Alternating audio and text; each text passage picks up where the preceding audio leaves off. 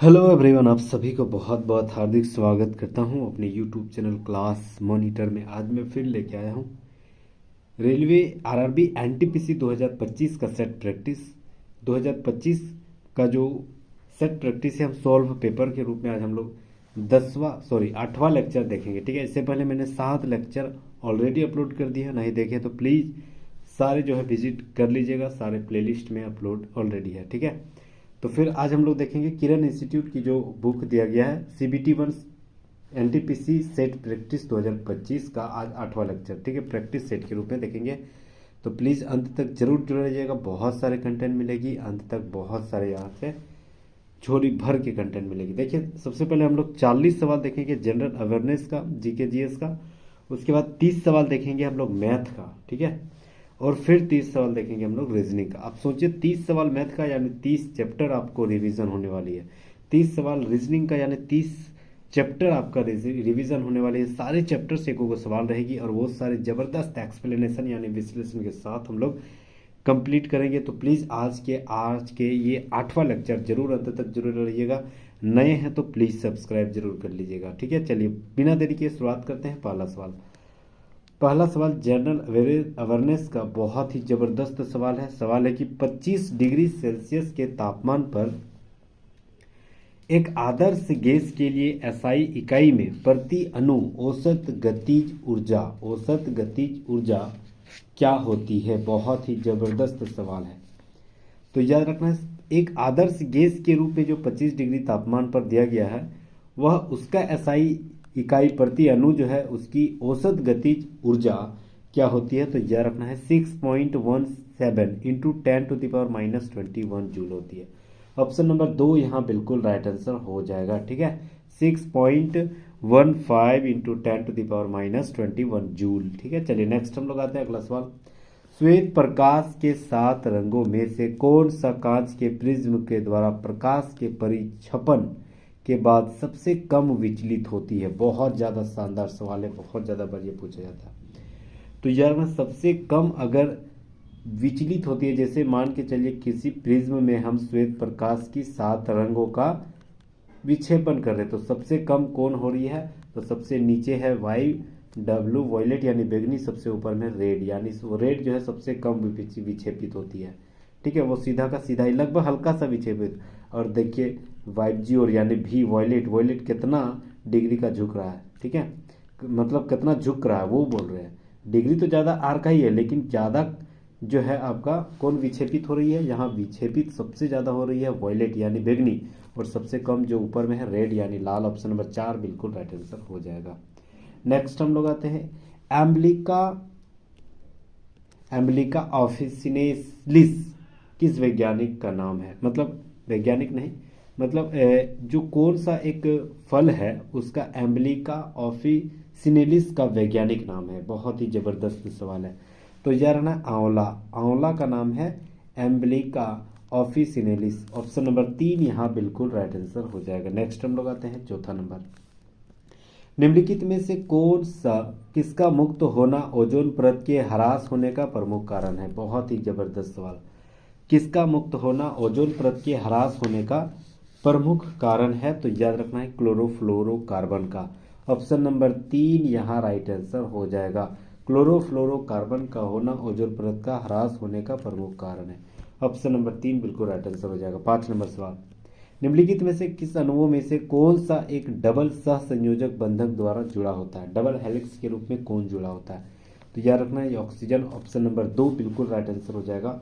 Oxygen जो होते हैं डबल सहसंयोजक बंधक के द्वारा तो जुड़ा होता है। ऑप्शन नंबर 2 राइट आंसर हो जाएगा। नेक्स्ट आते हैं, रणकपुर में स्थित प्रसिद्ध मंदिर एक मंदिर है। तो प्रसिद्ध मंदिर जो है एक कौन सा मंदिर है। बहुत ही शानदार सवाल। तो यार ना रणकपुर में स्थित जो है प्रसिद्ध एक कौन सा मंदिर है। तो यार ना आदिनाथ ऋषभनाथ के नाम से जाने जाने वाला यह मंदिर जैन मंदिर है। ऑप्शन नंबर 2 बिल्कुल राइट आंसर हो जाएगा। ठीक है, यह जैन मंदिर है। ऑप्शन नंबर 2 बिल्कुल राइट आंसर हो जाएगा, रणकपुर।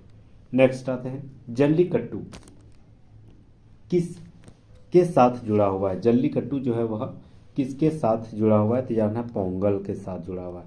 ऑप्शन नंबर 4 बिल्कुल राइट आंसर हो जाएगा। जल्लीकट्टू जो है, जो तमिलनाडु क्षेत्र में होती है, यह एक पोंगल उत्सव के तीसरे दिन जो है मट्टू पोंगल के अवसर पर यह मनाया जाता है। यह एक खेल से संबंधित बहुत ही पुरानी व्यवस्था और सभ्यता से संबंधित यह जुड़ी हुई है।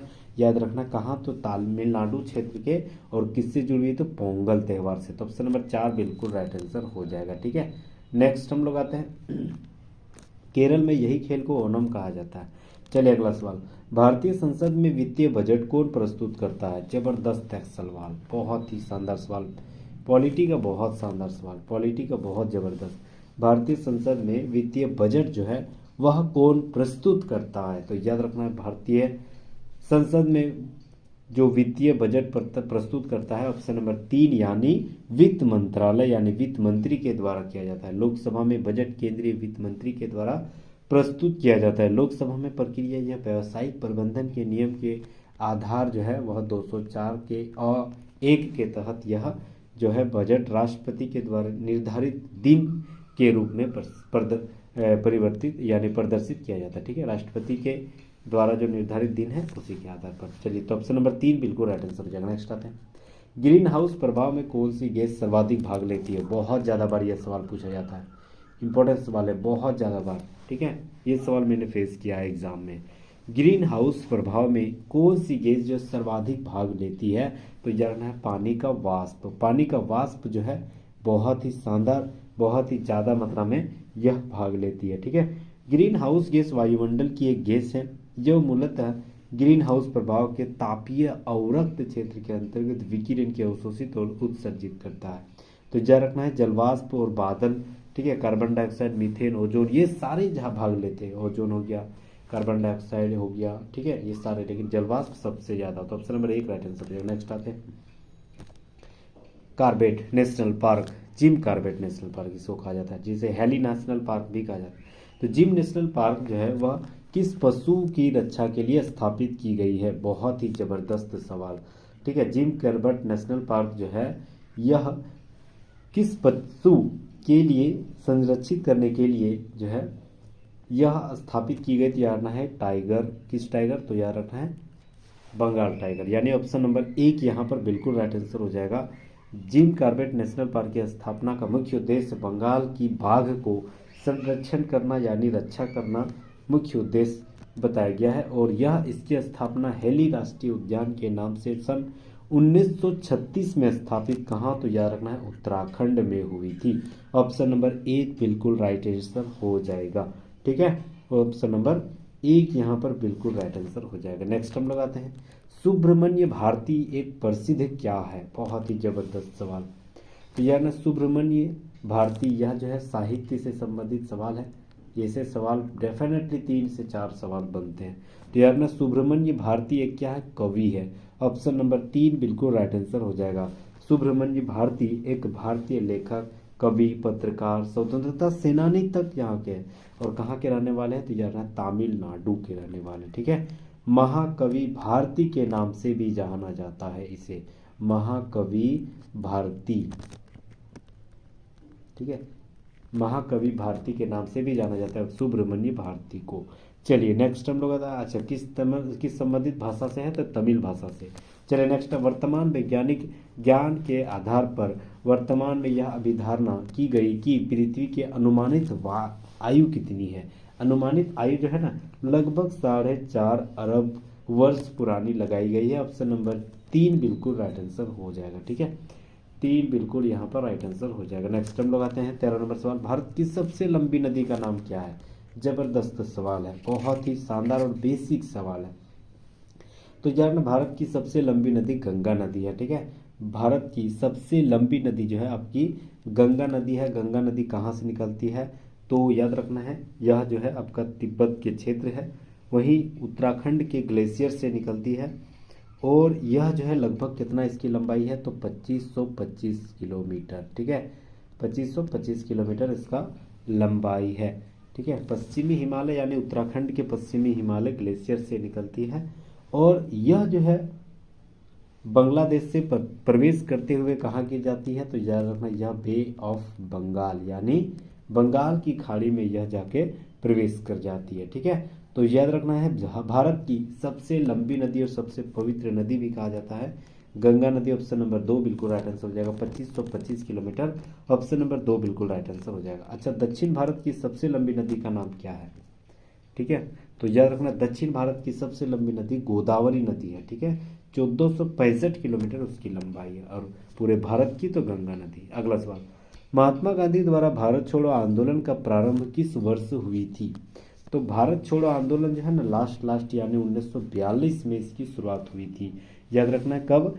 8 अगस्त 1942 को महात्मा गांधी जी के नेतृत्व में भारत छोड़ो आंदोलन की शुरुआत हुई थी। याद रखना है भारत छोड़ो आंदोलन की शुरुआत हुई थी। अच्छा, इसे अगस्त पर इसे कहा जाता है क्या? तो याद रखना है अगस्त आंदोलन भी कहा जाता है, अगस्त आंदोलन। ठीक है, इसे अगस्त आंदोलन भी कहा जाता है, ये भी जहन में हमें याद रखना पड़ेगा। ठीक है, चलिए नेक्स्ट हम लोग आते हैं अगला सवाल जबरदस्त। किस स्वतंत्रता सेनानी ने महात्मा गांधी को पहली बार राष्ट्रपिता कहकर पुकारा था? महात्मा गांधी ने किसे पहली बार जो है महात्मा गांधी को राष्ट्रपिता के रूप में यानी नेशनल ऑफ फादर, ठीक है, फादर ऑफ नेशनल इसे भी कहा जा सकता है, तो ये किसने कहा था? तो यानी सुभाष चंद्र बोस। ठीक है, सुभाष चंद्र बोस। यह कब कहा था? तो यानी 6 जुलाई 1944 यानी 44 को कहा था सुभाष चंद्र बोस ने। सुभाष चंद्र बोस ने 1939 में फॉरवर्ड ब्लॉक, ठीक है, इसकी स्थापना की थी। इसका जन्म होती है 23 जनवरी को, और हाल ही में 23 जनवरी में जो है पराक्रम दिवस के रूप में मनाया जाता है। याद रखना है सुभाष चंद्र बोस जी ने ही कहा था, महात्मा गांधी को राष्ट्रपिता के रूप में घोषित किया था। याद रखना है कब? याद रखना है सन 6 जुलाई 1944 को। ठीक है, सिंगापुर रेडियो के से संबोधित करके महात्मा गांधी को राष्ट्रपिता के रूप में संबोधित किया था। चलिए, इसके बाद जो है 1947 में एक सम्मेलन में सरोजनी नायडू ने भी गांधी को राष्ट्रपिता कहा था, तब से जो है राष्ट्रपिता के रूप में कहा जाने लगा और यह एक प्रथा चल गई। चलिए अगला सवाल हम लोग आते हैं, नेक्स्ट आते हैं। भौतिक शास्त्र में नोबेल पुरस्कार जीतने वाले प्रथम भारतीय व्यक्ति का नाम क्या है? भौतिक फिजिक्स के क्षेत्र में, अगर फिजिक्स के क्षेत्र में किसी को अगर मिला है तो वह मिला है सन 1930 में सीवी रमन को। ऑप्शन नंबर 4 बिल्कुल राइट आंसर हो जाएगा। याद रखना सीवी रमन को जो है भौतिकी के क्षेत्र में सीवी रमन को दुनिया की सबसे बड़ी पुरस्कार नोबेल पुरस्कार से नवाजा गया है। किसे? सीवी रमन को। कब? तो याद रखना सन 1930 यानी 1930 में। यह की खोज इसने किसकी खोज की थी? तो याद रखना यह प्रथम भारतीय है जिन्होंने यह जो है प्रकाश की प्रकीर्णन का जो है मतलब विक्षेपित प्रकाश के कुछ भाग तरंगदैर्घ्य में परिवर्तित हो जाती है, वही प्रकाश की प्रकीर्णन के आधार पर जो इसकी खोज की थी। ठीक है, प्रकीर्णन। चलिए नेक्स्ट हम लोग आते हैं अगला सवाल। किस भौतिक मात्रा का सीमेंस में मापन किया जाता है? सीमेंस के रूप में किसे मापा जाता है? तो यह विद्युत चालकता। ऑप्शन नंबर 2 बिल्कुल राइट आंसर हो जाएगा। विद्युत चालकता को जो है सीमेंस के रूप में मापक की जाती है। ऑप्शन नंबर 2 बिल्कुल राइट आंसर हो जाएगा। नेक्स्ट हम लोग आते हैं 18 नंबर सवाल। निम्नलिखित में से कौन सा एक विकल्प को छोड़कर बाकी सभी लोक अदालत के लक्ष्य है और उसका विकल्प क्या है? तो याद रखना है कमजोर वर्ग के लिए न्याय सुनिश्चित करना, ये बिल्कुल सही है, ये लोक अदालत की एक मुख्य उद्देश्य है। मामलों को बड़ी मात्रा में निपटान भी करना, ये भी सही है। आम आदमी के हाथों शासन करने का अधिकार सौंपना, ये नहीं है। आम आदमी ही शासन तो कर रहा है, लोकतंत्र यानी आम आदमी का सरकार। ठीक है, तो ये इसका मुख्य विकल्प नहीं है। ठीक है, लागत और देरी को न्यूनतम करना, ये भी सही है, यानी 3 ऑप्शन नंबर राइट आंसर हो जाएगा। नेक्स्ट हम लोग आते हैं सतत पोषणीय विकास से क्या अभिप्राय है? सतत पोषणीय विकास का क्या अभिप्राय है?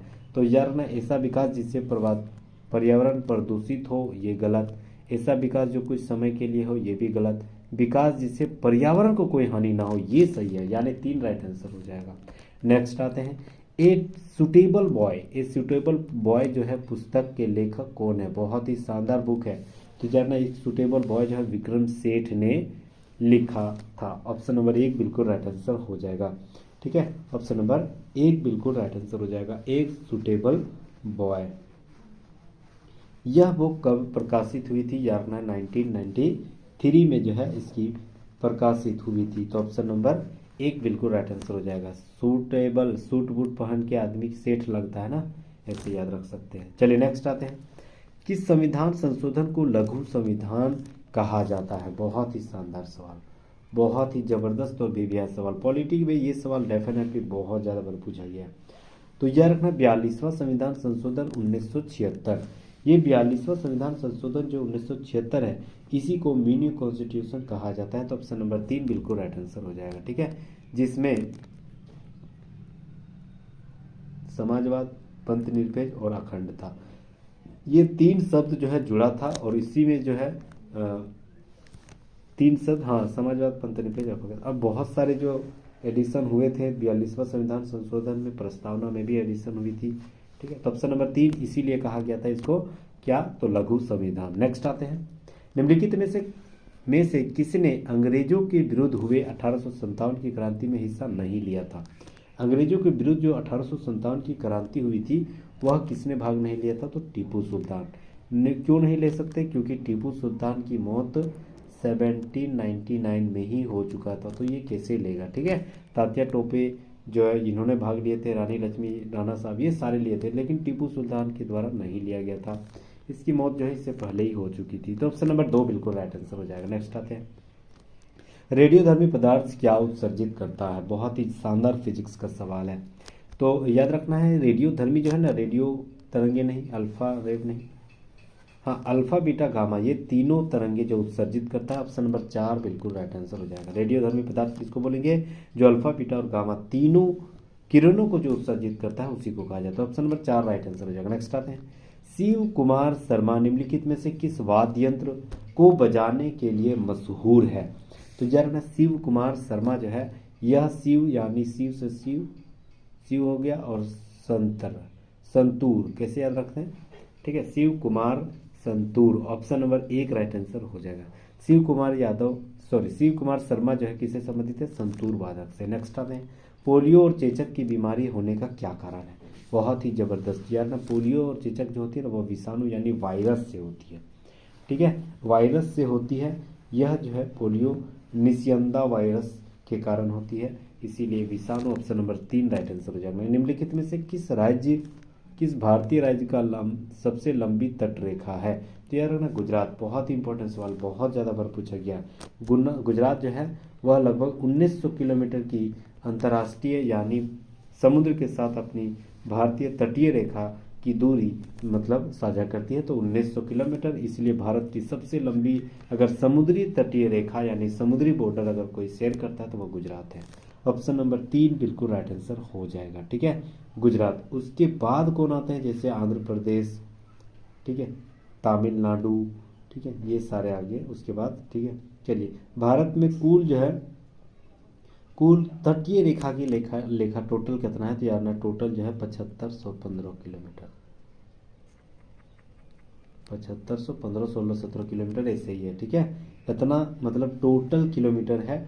9 तटीय राज्यों और 4 केंद्र शासित प्रदेश। ये सवाल भी पूछा जाता है, कितना टच जो है समुद्र से करता है, कितना राज्य? तो याद रखना है 9 राज्य, और केंद्र शासित प्रदेश कितना? तो याद रखना है 4 यूटी। ठीक है, चलिए नेक्स्ट आते हैं हम लोग। इनमें से कौन सी मछली नहीं है? देखिए, समुद्र में हर तैरने वाला चीज़ मछली नहीं होता, ये हमेशा याद रखना। तो ये जो ब्लू व्हेल है ना, वेल मछली, ये वेल मछली कहा जाता है, लेकिन मछली नहीं है। ये सबसे बड़ी जो है ना स्तनपायी है, वो भी समुद्र में रहने वाले सबसे बड़ी जलीय स्तनपायी है। ठीक है, यह तो ऑप्शन नंबर 2 बिल्कुल राइट आंसर हो जाएगा। नेक्स्ट हम लोग आते हैं। हवा के इकाई आयतन में उपस्थित जलवाष्प की मात्रा को क्या कहा जाता है? जबरदस्त सवाल। हवा के इकाई आयतन में उपस्थित जलवाष्प की मात्रा को क्या कहा जाता है? तो यानी निरपेक्ष आर्द्रता। ऑप्शन नंबर 3 यहाँ पर राइट आंसर हो जाएगा। चलिए नेक्स्ट आते हैं। पूंजी, देखिए बहुत ही जबरदस्त सवाल था। हवा की इकाई आयतन में यानी घन मीटर में उपस्थित जलवाष्प की मात्रा को निरपेक्ष आर्द्रता कहा जाता है। बहुत ही इंपॉर्टेंट सवाल था। 29 नंबर सवाल, पूंजी बाजार विनियामक क्या होती है? पूंजी बाजार विनियामक क्या होती है? तो याद रखना, यह जो होती है वह सेबी भारतीय प्रतिभूति विनिमय बोर्ड सेबी जो है वह भारत में पूंजी बाजारों को नियामक करती है। तो ऑप्शन नंबर 3 राइट आंसर हो जाएगा। निम्नलिखित में से किस पदार्थ की प्रतिरोधक क्षमता बढ़ते तापमान के साथ घट जाती है? अगर तापमान बढ़ा दे तो उसकी प्रतिरोधक क्षमता घट जाती है। तो यार ना वह शुद्ध सिलिकॉन की होती है। ठीक है, शुद्ध सिलिकॉन अर्धचालक के रूप में। तो ऑप्शन नंबर 1 राइट आंसर हो जाएगा। कावेरी जल विवाद जो है किस राज्यों के बीच होती है? बहुत ही जबरदस्त ज्योग्राफी का सवाल और करंट अफेयर का सवाल। तो यार ना तमिलनाडु और कर्नाटक, तमिलनाडु और कर्नाटक के बीच में जो एक विवाद है वह विवाद है कावेरी जल विवाद। ठीक है, कावेरी जल विवाद। इसकी जो विवाद स्थापित उत्पत्ति हुई थी तो लगभग 1892 में शुरुआत हुई थी, फिर 1924 के आसपास। ठीक है, पूर्व मद्रास प्रेसिडेंसी और मैसूर साम्राज्य के बीच समझौते के दौरान हुई थी। तमिलनाडु और कर्नाटक के बीच कावेरी जल विवाद। ऑप्शन नंबर 3 राइट आंसर हो जाएगा। नेक्स्ट आता है, नीचे दिए गए ये युग्मों में कौन एक दूसरे का समानार्थी है? तो कौन एक दूसरे के समानार्थी है? जैसे बिलियर्ड्स, कैरम ये गलत, गोल्फ, पोलो ये, फुटबॉल, सॉकर ये राइट आंसर हो जाएगा। ऑप्शन नंबर 3 राइट आंसर है। सॉकर से संबंधित है फुटबॉल। अगला सवाल 33, संयुक्त राष्ट्र सुरक्षा परिषद के अस्थायी सदस्यों के देशों के नाम क्या है? तो जानना है अस्थायी सदस्यों के देशों के नाम। सबसे पहले जिसके पास वीटो है, एक तो अमेरिका है, फिर रूस है, फिर यूके है, फिर फ्रांस है, फिर चीन है। ठीक है, ऑप्शन नंबर 4 बिल्कुल राइट आंसर हो जाएगा। 5 जो देश है उसके पास वीटो पावर है। यही वीटो पावर जो है बहुत ही शक्तिशाली का रूप धारण कर देती है। कौन? यह 5 देश। ठीक है, अमेरिका, रूस, यूके, फ्रांस और चीन संयुक्त राष्ट्र सुरक्षा परिषद के अस्थाई मेंबर है। ये मेंबर कभी भी हटेंगे नहीं, वह हमेशा रहेंगे। तो ऑप्शन नंबर 4 राइट आंसर हो जाएगा। हिमोड़ कहाँ निर्मित होते हैं? बहुत ही जबरदस्त सवाल। हिमोड़ जो है वह कहाँ निर्मित होते हैं? तो याद रखना है ग्लेशियर आदि क्षेत्रों में। ऑप्शन नंबर 3 बिल्कुल राइट आंसर हो जाएगा। हिम से मतलब रख सकते हैं हिम यानी बर्फ, और ग्लेशियर में ही तो बर्फ पाया जाता है। तो ऑप्शन नंबर 3 राइट आंसर हो जाएगा। न्यूरॉन क्या है? बहुत ही जबरदस्त सवाल बायोलॉजी का। तो यार ना न्यूरॉन जो है तंत्रिका तंत्र की मौलिक इकाई है। ऑप्शन नंबर 4 यहाँ पर राइट आंसर हो जाएगा। नेक्स्ट हम लोग आते हैं, निम्नलिखित में से किस महिला टेनिस खिलाड़ी ने सबसे अधिक ग्रैंड स्लैम जीत लिया है? अगर कोई महिला टेनिस है प्लेयर है वह सबसे ज़्यादा ग्रैंड स्लैम जो है जीते हुए हैं, उसका नाम क्या है? तो यार ना मार्गरेट कोर्ट। ऑप्शन नंबर 3 बिल्कुल राइट आंसर हो जाएगा। कहाँ के रहने वाले हैं? तो यार ना ऑस्ट्रेलिया के रहने वाली है। कौन? Margaret court. इसी के द्वारा लगभग 24 ग्रैंड स्लैम जो है जीत चुके हैं। कौन? Margaret court. कहाँ के रहने वाली है? तो यार ना ऑस्ट्रेलिया। नेक्स्ट आते हैं, पानी को रोगाणुमुक्त करने के लिए उपयोग की जाने वाली रसायन कौन सा होती है? तो याद रखना है क्लोरीन और ओजोन दोनों। ऑप्शन नंबर 3 बिल्कुल राइट आंसर हो जाएगा। बीबी का मकबरा भारत के किस राज्य में स्थित है? जबरदस्त सवाल हिस्ट्री का। तो जानना बीबी का मकबरा जो है वह भारत के किस राज्य में स्थित है? तो जानना है औरंगाबाद। ऑप्शन नंबर 2 बिल्कुल राइट आंसर हो जाएगा। औरंगाबाद यानी महाराष्ट्र के आसपास जो है वह औरंगजेब के पुत्र आजम ने अपनी माँ दिलरस बानो बेगम के मरणोपरांत उसकी स्मृति के लिए यह मकबरा का निर्माण किया था। ठीक है, कहाँ? तो याद रखना है औरंगाबाद। इसी को बीबी का मकबरा कहा जाता है। ऑप्शन नंबर 2 राइट आंसर हो जाएगा। बास्केटबॉल के प्रत्येक टीम में कितने खिलाड़ी होते हैं? देखिए बास्केटबॉल में जो है केगो, अगर पूरी देखा जाए तो केगो शब्द है 1 2 3 4 5 5। तो ऑप्शन नंबर 4 बिल्कुल राइट आंसर हो जाएगा। नेक्स्ट हम लोग आते हैं, निम्नलिखित में से किसी विदेशी यात्री के अनुसार ध्रुवसेन द्वितीय प्रयाग इलाहाबाद में हर्ष की सभा में शामिल हुए थे? तो याद रखना ये जो है ना हैंडसांग हुए थे। हर्ष के सभा में कौन शामिल हुए थे? हैंडसांग। हर्ष से हैंडसांग। ऑप्शन नंबर 4 राइट आंसर हो जाएगा। चलिए 40 सवाल हम लोग जो है जीके अवेयरनेस से संबंधित सवाल देख लिए। अब हम लोग 30 सवाल जो है ना मैथमेटिक्स से सवाल देखेंगे, और वो भी ज़बरदस्त एक्सप्लेनेशन के साथ। प्लीज़ अंत तक जरूर जुड़िएगा। यहाँ तक है मतलब आपके अंदर वो जज्बा, वो जुनून, वो पागलपन जरूर है कि माँ बाप का सपना पूरा करना है, और इस बार तो रेलवे आ रही है पार। ठीक है, तो प्लीज़ अभी के अभी सब्सक्राइब कर लीजिएगा, क्योंकि बहुत सारे प्रीवियस ईयर सवाल जो है आपके सामने इसी यूट्यूब चैनल पर मिलेगा, वो सारे, वो भी ज़बरदस्त एक्सप्लेनेशन के साथ, वो भी। ठीक है, तो प्लीज़ जुड़ रहिएगा। चलिए मैथमेटिक्स का सवाल हम लोग देखते हैं, और बहुत ही शॉर्ट तरीके से बनाएंगे, ज़्यादा लंबा हम लोग को नहीं करना। हाँ, कुछ ऐसे भी सवाल रहेंगे जिसका शॉर्ट करना बहुत ही मुश्किल, मतलब होता ही नहीं है, शॉर्ट ही नहीं होगा, तो वो 1-2 सवाल मतलब हम लोग मतलब डिफाइन करेंगे, लेकिन बहुत शॉर्ट तरीके से ज़्यादातर सवाल, क्योंकि समय का बहुत ज़्यादा तवज्जो दी जानी चाहिए। एग्जाम में जो है समय का जो समय से लड़ लिया मतलब वो अपनी जगह पे आज सक्सेस है। ठीक है, चलिए मैथमेटिक्स का 30 सवाल हम लोग देखेंगे। तो 30 सवाल का पहला सवाल, एक संवर्धित ग्राफ में लंबाई चौड़ाई और ऊंचाई जो है 6:3:2 में दिया गया। घनाभ की संपूर्ण पृष्ठ का क्षेत्रफल है अगर 1800 सेंटीमीटर स्क्वायर, तो घनाभ का आयतन क्या हो जाएगा। देखिए बहुत ही ज़बरदस्त सवाल है। यहाँ हमें ढूंढना है कि सबसे पहले अनुपात में दे दिया उसका लंबाई, तो x सब में जोड़ देते हैं क्योंकि अनुपात में है, तो 6x 3x और 2x। ठीक है, चलिए अब ये जो दिया गया है यह ABC मतलब लंबाई चौड़ाई और ऊंचाई का मान है, इसे याद रखना। तो टोटल जो है घनाभ का संपूर्ण पृष्ठ का क्षेत्रफल क्या होती है, 2 इंटू लंबाई चौड़ाई, यही होती है ना, 2 इंटू लंबाई चौड़ाई प्लस चौड़ाई ऊंचाई प्लस लंबाई ऊंचाई।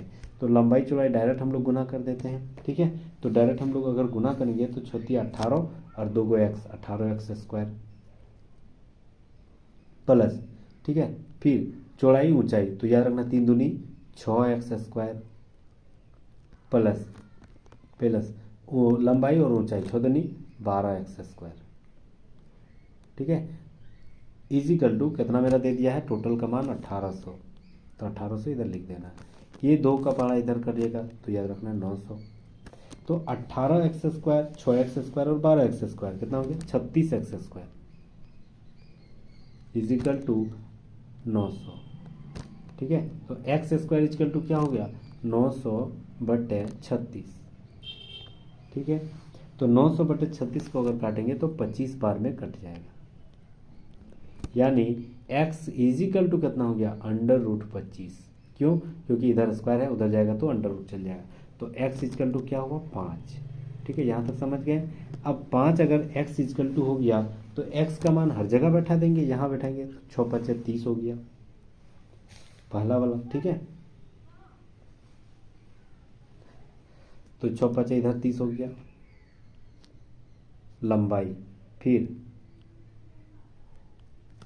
फिर बोल रहा है ये हो गया 5x के जगह बैठा है तो 5 क्या 15 हो जाएगा, गुना ये 5 बैठा देंगे तो ये मेरा हो जाएगा आपका 5 दूनी 10 हो गया। ठीक है, 30 × 15 × 10 हो गया, तो 15 × 45 और 2 0 घन सेंटीमीटर क्यूब हो जाएगा राइट आंसर।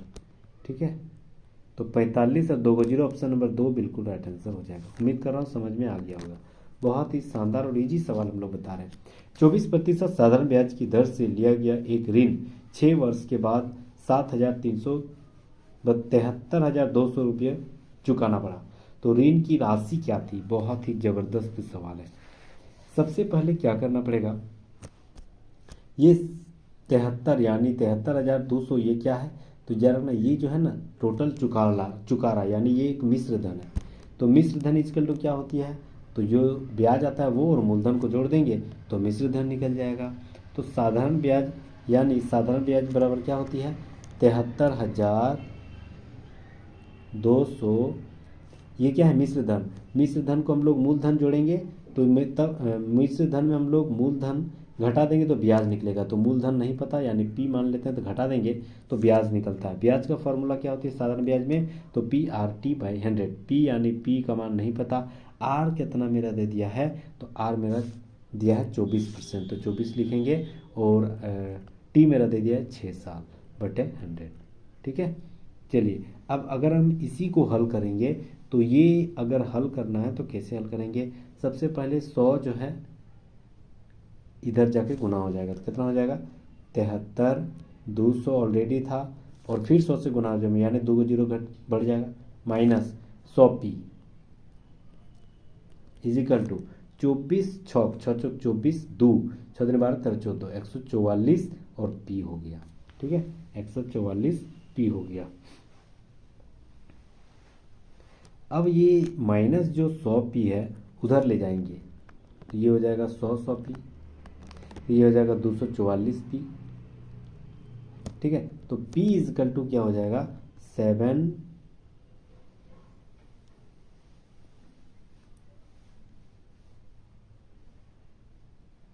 3 2 और 4 को 0 बटे 244। ठीक है, इसको अगर काट छाट करना है तो कितना हो जाएगा, लगभग 3 बार में यह कट जाएगा। ठीक है, यह जो है 3 बार में कट जाएगा और 4 को 0, यानी 30,000। ऑप्शन नंबर बी बिल्कुल राइट आंसर हो जाएगा। ठीक है, चलिए नेक्स्ट हम लोग आते हैं अगला सवाल।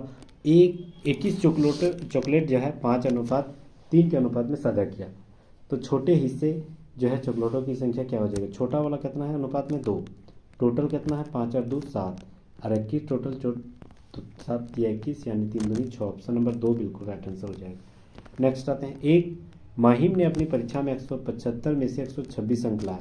माहिम द्वारा प्राप्त की गई अंकों का प्रतिशत ज्ञात करना है। तो 175 में से 100 कितना लाया, 26, तो 126 लाया यानी 126 लिखेंगे। टोटल का मान 175 था और परसेंटेज के लिए 100, वही पूछा है कि कितना प्रतिशत लाया। ठीक है, इसी को भाग देना है, तो 25 7 25 8 हो जाएगा, नहीं 4 में 100 और इधर 75 3 4 3 7 और 25 चौक, ये हो गया। ठीक है, 7 एकम 7 7 8 56, 18 चौक 72, 18 चौक 72। ऑप्शन नंबर 2 बिल्कुल राइट आंसर हो जाएगा। नेक्स्ट आते हैं, एक व्यक्ति ए किसी कार्य को 48 मिनट में पूरा करता है, बी उसी कार्य को 60 दिन में पूरा करता है। अगर एक साथ मिलकर काम करे तो कितना दिन में होगा। देखिए 48 मिनट यानी 1/48, जस्ट उल्टा कर देना है। 60 मिनट यानी 1/60। 48 और 60 को अगर हम एलसीएम लेंगे तो कितना हो जाएगा 240। ठीक है, 48 5 240 होती है, 60 चौक 6 चौक 24 240 ऊपर में हो गया 9/240 हो गया। ठीक है, 9/240। अब इसको अगर हम काटेंगे तो 3 3 9 3 8 24 यानी 3/80, तो फिर उसको पलटी कर देंगे तो 80/3 हो जाएगा। 80/3 को अगर हम भाग देंगे तो कैसे भाग दिया जाएगा, तो याद रखना 3 दूनी 6, फिर 2 बचा 20, 3 6 18 यानी 26 मिनट। ऑप्शन नंबर 1 बिल्कुल राइट आंसर हो जाएगा। ठीक है, 3 6 18, 2 बचा था तो 2 के हिसाब से 40। ठीक है, ठीक है, 2 और टोटल नीचे 3, तो इसको अगर फिर मिनट में बदलेंगे तो 60 से भाग देंगे तो ये हो जाएगा आपका 20 और 2 दूनी 40 यानी 26 मिनट 40 सेकेंड। ऑप्शन नंबर 1 बिल्कुल राइट आंसर हो जाएगा। रमेश जो है 5 मीटर प्रति सेकंड की गति से पैदल चलता है। ठीक है, 20 मीटर प्रति सेकंड की गति से साइकिल चलाता है। वह परिवहन के दोनों तरीकों के संयोजन से 600 मीटर की दूरी को तय करने के लिए 45 सेकंड ले लेता है। टोटल 45 सेकंड हो गया। तो बोल रहा है कि राजेश में साइकिल से कितना दूरी चला था। देखिए सबसे पहले हमें यहाँ एक सूत्र याद रखना पड़ेगा, दूरी बराबर चाल गुना समय। दूरी बराबर चाल गुना समय। दूरी मेरा कितना है तो याद रखना, दूरी 600 मीटर है ना, तो दूरी को उधरे रख देते हैं 600 और चाल गुना समय, चाल इधर लिखेंगे तो चाल मेरा एक जगह जो है 20 मीटर जा रहे हैं दूरी। ठीक है, और एक जगह जो है हम कितना जाएंगे तो याद रखना, एक जगह जो आपका 5 मीटर प्रति सेकंड की मतलब स्पीड जाएंगे। ठीक है, और दोनों में हमको कितना समय लग रहा था, क्योंकि दूरी बराबर क्या होती है चाल गुना समय। चाल तो लिख लिए, समय भी तो लिखना पड़ेगा। समय हमको लग रहा है टोटल 45 सेकंड। तो अगर हम पहला वाला किसी भी संख्या को अगर हम समय का टी मान लेते हैं तो ये कितना हो जाएगा 45 माइनस टी हो जाएगा, क्योंकि दोनों को मिला के हो रहा था टी, तो इसको दोनों को जोड़ेंगे इधर घटाएंगे तब ना हो जाएगा 45 माइनस टी। अब इसी को जोड़ देना है, अगर दूरी चाल गुना समय इज इक्वल टू दूरी। ठीक है, इसको तो 20 टी प्लस 45 5 कितनी होती है 225 minus 5 T is equal to 600। चलिए यहाँ तक सही है। 225 उधर जाएगा तो 225 घट जाएगा, कितना हो जाएगा 375। ठीक है, 20 बीच में 20 जो टी है वह 5 टी घट जाएगा तो 15 टी हो जाएगा, यानी टी बराबर 375/15 हो जाएगा। तो यानी 25 बार में कट जाएगा, तो 25 सेकंड राइट आंसर हो जाएगा। ऑप्शन नंबर सी बिल्कुल राइट आंसर हो जाएगा, 25 सेकंड। नेक्स्ट आते हैं, एक कमरे की लंबाई, चौड़ाई और ऊंचाई 5:4:2 है। यदि लंबाई में 20%, चौड़ाई में 25% बढ़ जाती है, जबकि ऊंचाई में 25% कम हो जाती है, तो कमरे की दीवार का कुल क्षेत्रफल क्या हो जाएगा। सबसे पहले हमें क्या करना पड़ेगा, 5, 4 और 20 हमें शुरुआत में जो लंबाई, चौड़ाई, ऊंचाई है वो हमें दिया हुआ है, ठीक है। अगर वो हमें दिया हुआ है यानी 5 को 50 मान लेते हैं, एक को 0 से में बढ़ा देते हैं, 40 मान लेते हैं और ये 20 मान लेते हैं, ठीक है। अब ये जो है हमका मेरा क्या होती है, यहाँ पर बोल रहा है कि दीवारों का क्षेत्रफल ज्ञात करना है। दीवारों का सूत्र क्या होती है, 2h लंबाई प्लस चौड़ाई। हाइट को दोगुना कर देंगे और लंबाई प्लस चौड़ाई को जोड़े हुए भाग से टोटल को गुना कर देना है। यही मेरा क्या निकलेगा, दीवारों की कुल क्षेत्रफल। तो याद रखना ये जो होती है वह कितनी होती है, 2। हाइट कितना है तो याद रखना 40 और लंबाई कितना 50 और इधर 20, तो 50 और 20 70 हो गया, ठीक है। लंबाई, चौड़ाई, ऊंचाई, अच्छा ऊंचाई यहाँ है ना, ये 20 यहाँ हो जाएगा और 40 यहाँ बी में हो जाएगा, तो 40 और 20 90 हो जाएगा और ये टोटल 20, ठीक है। चलिए इसको गुना करें, 2 दूनी 4, 4 9 36, यानी 3600 मेरा मीटर स्क्वायर क्या निकला, ये मेरा टोटल क्या निकला, कमरे की जो दीवारों के साथ क्षेत्रफल है वो। अब बोल रहा है सब में जो है आपका 20%, लंबाई में 20% बढ़ रहा है, चौड़ाई में 25% बढ़ रहा है और जबकि ऊंचाई में 25% कम कर दिया, तो इसका क्षेत्रफल क्या हो जाएगा। तो सबसे पहले हमें क्या करना पड़ेगा, सबसे पहले हमें क्या 50, 40 और 20, 50 में अगर 20% वृद्धि हो जाएगा तो 5 और 20 यानी 120, तो 12 5 60 यानी 60 हो गया। अगर 40 में 25% बढ़ा दिया जाए तो 40 यानी 40 का 125/100, तो 125 यानी 5 चौक 20 यानी 1 हो जाएगा, तो 4 और 1 5 हो जाएगा, यानी 40 और 1 50 हो जाएगा, ठीक है। अब 20 में जो है 25% कम करना है। 20 में अगर 25% कम करेंगे यानी 75%, तो 75/100 यानी 3/4, तो 4 से 20 कट जाएगा, 5 5 या 15, यानी ये मेरा कितना हो गया, 15 हो गया।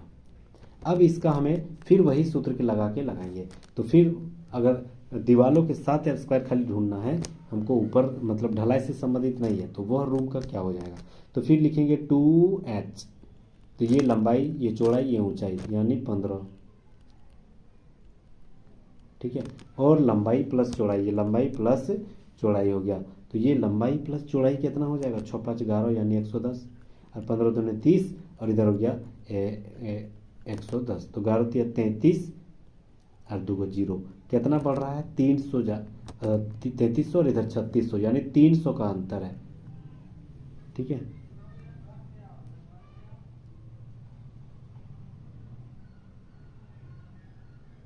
तैंतीस सौ 3600, तो 3600 का अंतर जो ढूंढ रहा है वह एक कितना कम है, तो याद रखना ये 3600 कितना कम है, तो टोटल था 3600 और यह हो गया मेरा 300 ज़्यादा मतलब कम है, तो ये 300 और टोटल में 3600, तो ये 3 2 3 4 12, ये कितना बार में कटेगा, 12 या 36, हाँ 1/12 हो जाएगा, ठीक है। 1/12 जो है कम है, ऑप्शन नंबर 1 बिल्कुल राइट आंसर हो जाएगा। नेक्स्ट आते हैं, 1/12 जो आपका कम हो जाएगा। नेक्स्ट आते हैं, 4x4 10x³ -2x² प्लस 90 को x+2 से विभाजित किया जाए तो शेषफल क्या बचेगा। बहुत ईजी सवाल है, हम लोग भाग नहीं देंगे, क्यों, क्योंकि शॉर्टकट तरीका हमें पता है। x+2 = 0, तो x = क्या हो जाएगा -2, यानी हर जगह -2 बैठाएंगे, तो -2 का पावर में 4, तो minus minus plus plus minus minus minus minus plus, यानी माइनस खत्म हो गया, तो 2 दूनी 4 4 दूनी 8 8 दूनी 16, तो ये हो गया 16 और 64 हो जाएगा, ठीक है। प्लस ये फिर -2, तो minus plus minus minus minus plus plus minus minus, यानी माइनस होगा फिक्स है। फिर 2 दूनी 4 4 दूनी 8 होगा, 8 दाएं 80 हो जाएगा, यानी -80, ठीक है। ये हटाइए देते हैं, डायरेक्ट माइनस से लिखते हैं। फिर इधर हो गया आपका 20x², x की जगह में क्या ढूंढना है, -2, तो -2 यानी माइनस माइनस प्लस हो जाएगा, प्लस माइनस माइनस, ठीक है, तो नहीं 2 ही को है, तो माइनस माइनस प्लस यानी माइनस खत्म, तो 2 दूनी 4, 4 दूनी 8 यानी 80 हो जाएगा, प्लस 80 प्लस 90। ठीक है, देखिए ये प्लस 80 माइनस 80 कट गया, और ये 90 और 64 154 हो जाएगा। ठीक है, ये 90 और 64 कितना हो जाएगा, तो यार ना 90 और 64 हो जाएगा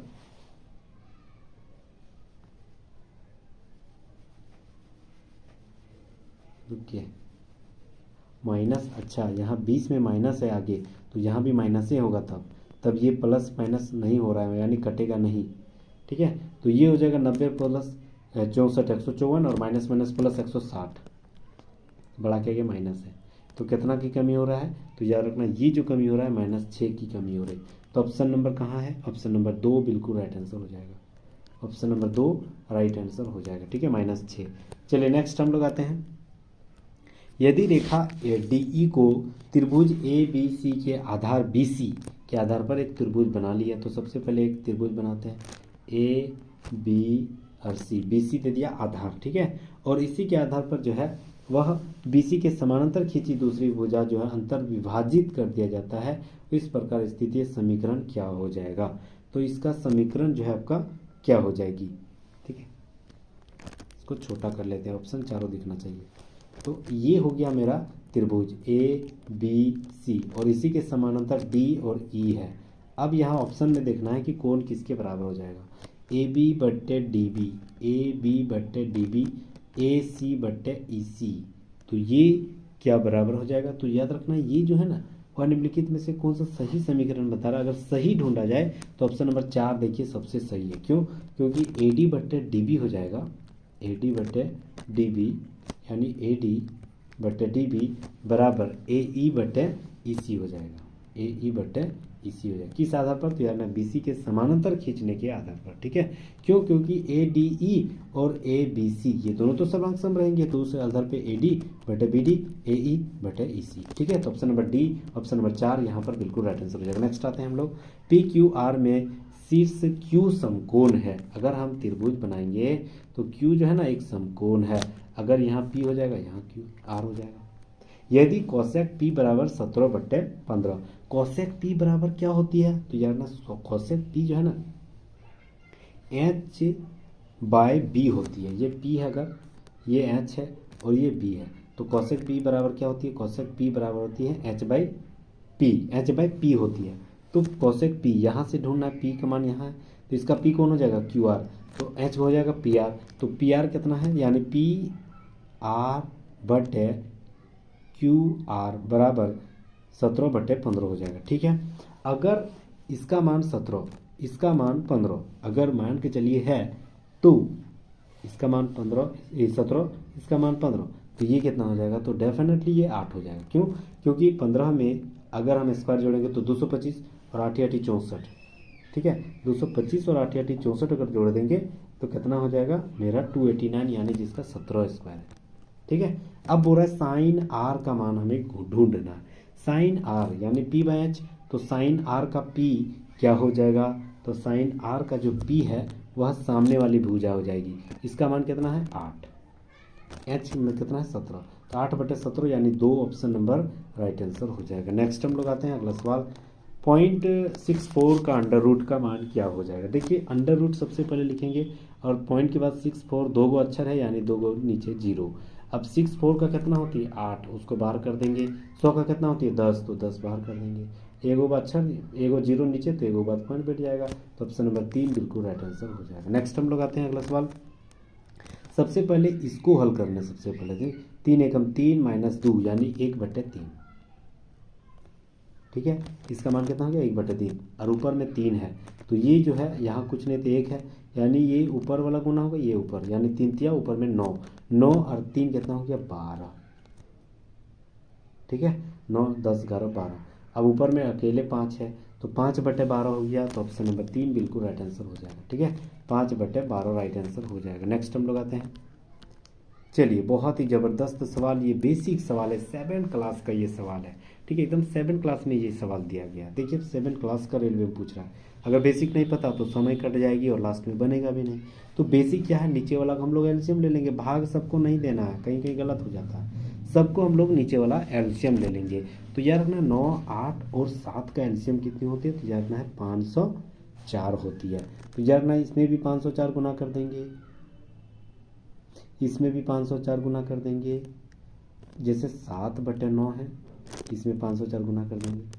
5/8 है, इसमें भी 504 गुना कर देंगे। ठीक है, उसके बाद 3/7 है, इसमें भी 504 गुना कर देंगे ऊपर में। अब 9 वाला 504 कटेगा कितना बार में, 56 बार में। 8 वाला 504 कटेगा कितना बार में, 63 बार में। ठीक है, अब गुना करते रहिएगा। 7 बार 504 को काटेंगे तो 72 बार में कटेगा। अब 56 गुना 7 करेंगे तो कितना हो जाएगा, 406।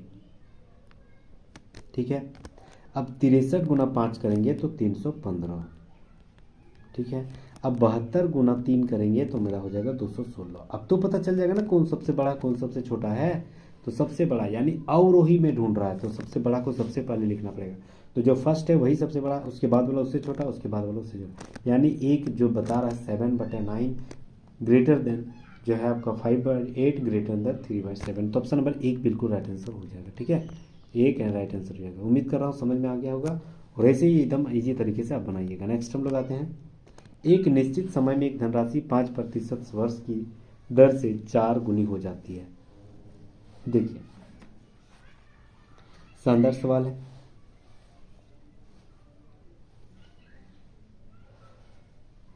एक समय में एक धनराशि 5% वार्षिक दर से 4 गुनी हो जाती है।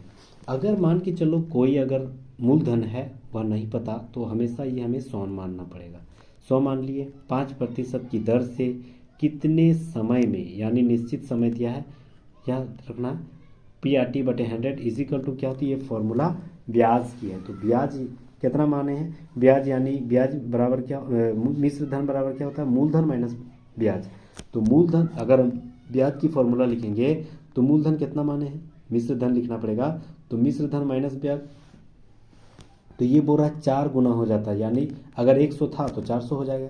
अब 400 में 100 घटा देंगे तो 300 बच रहा है। 300 मेरा क्या था, ब्याज, और यही तो ब्याज का फॉर्मूला है, तो यहाँ 300 लिख सकते हैं। जब भी ऐसे मानना है तो ये 100 मानेंगे तो हमेशा उससे 100 कम करके इधर लिखना। ठीक है, ये हमेशा याद रखना। ये 100 कट गया तो 5 6 30, यानी x बराबर तो 60 सालों में, 60 सालों में जो है ना वह 4 गुनी हो जाएगी। अब बोल रहा है कि साधारण ब्याज की किस दर पर वही धनराशि, माने वही अगर 100 मानेंगे, किस दर पर वही समय के दौरान 8 गुनी हो जाएगी। अब अगर हम 100 माने हैं, 8 गुनी यानी 800, तो 800 में फिर 100 मूलधन घटाएंगे तो कितना हो जाएगा, 700। एक हमेशा 100 कम करके लिखना इधर।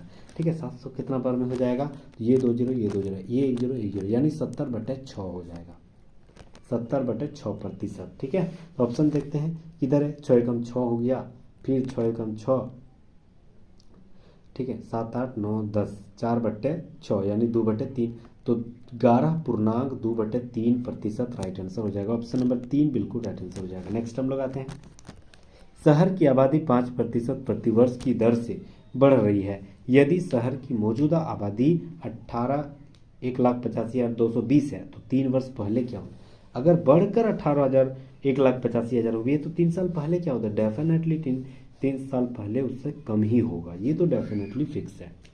ठीक है, तो अब यहाँ पर हमें क्या करना पड़ेगा, सबसे पहले हमें ढूंढना है, ये हो गया मेरा मिश्र धन के रूप में। तो मिश्र धन यानी चक्रवृद्धि ब्याज के रूप में ब्याज बढ़ती है आबादी, तो ये हो गया आपका पी कितना नहीं पता, क्योंकि अभी वर्तमान में कितना है वो नहीं, मतलब पी जो है आपका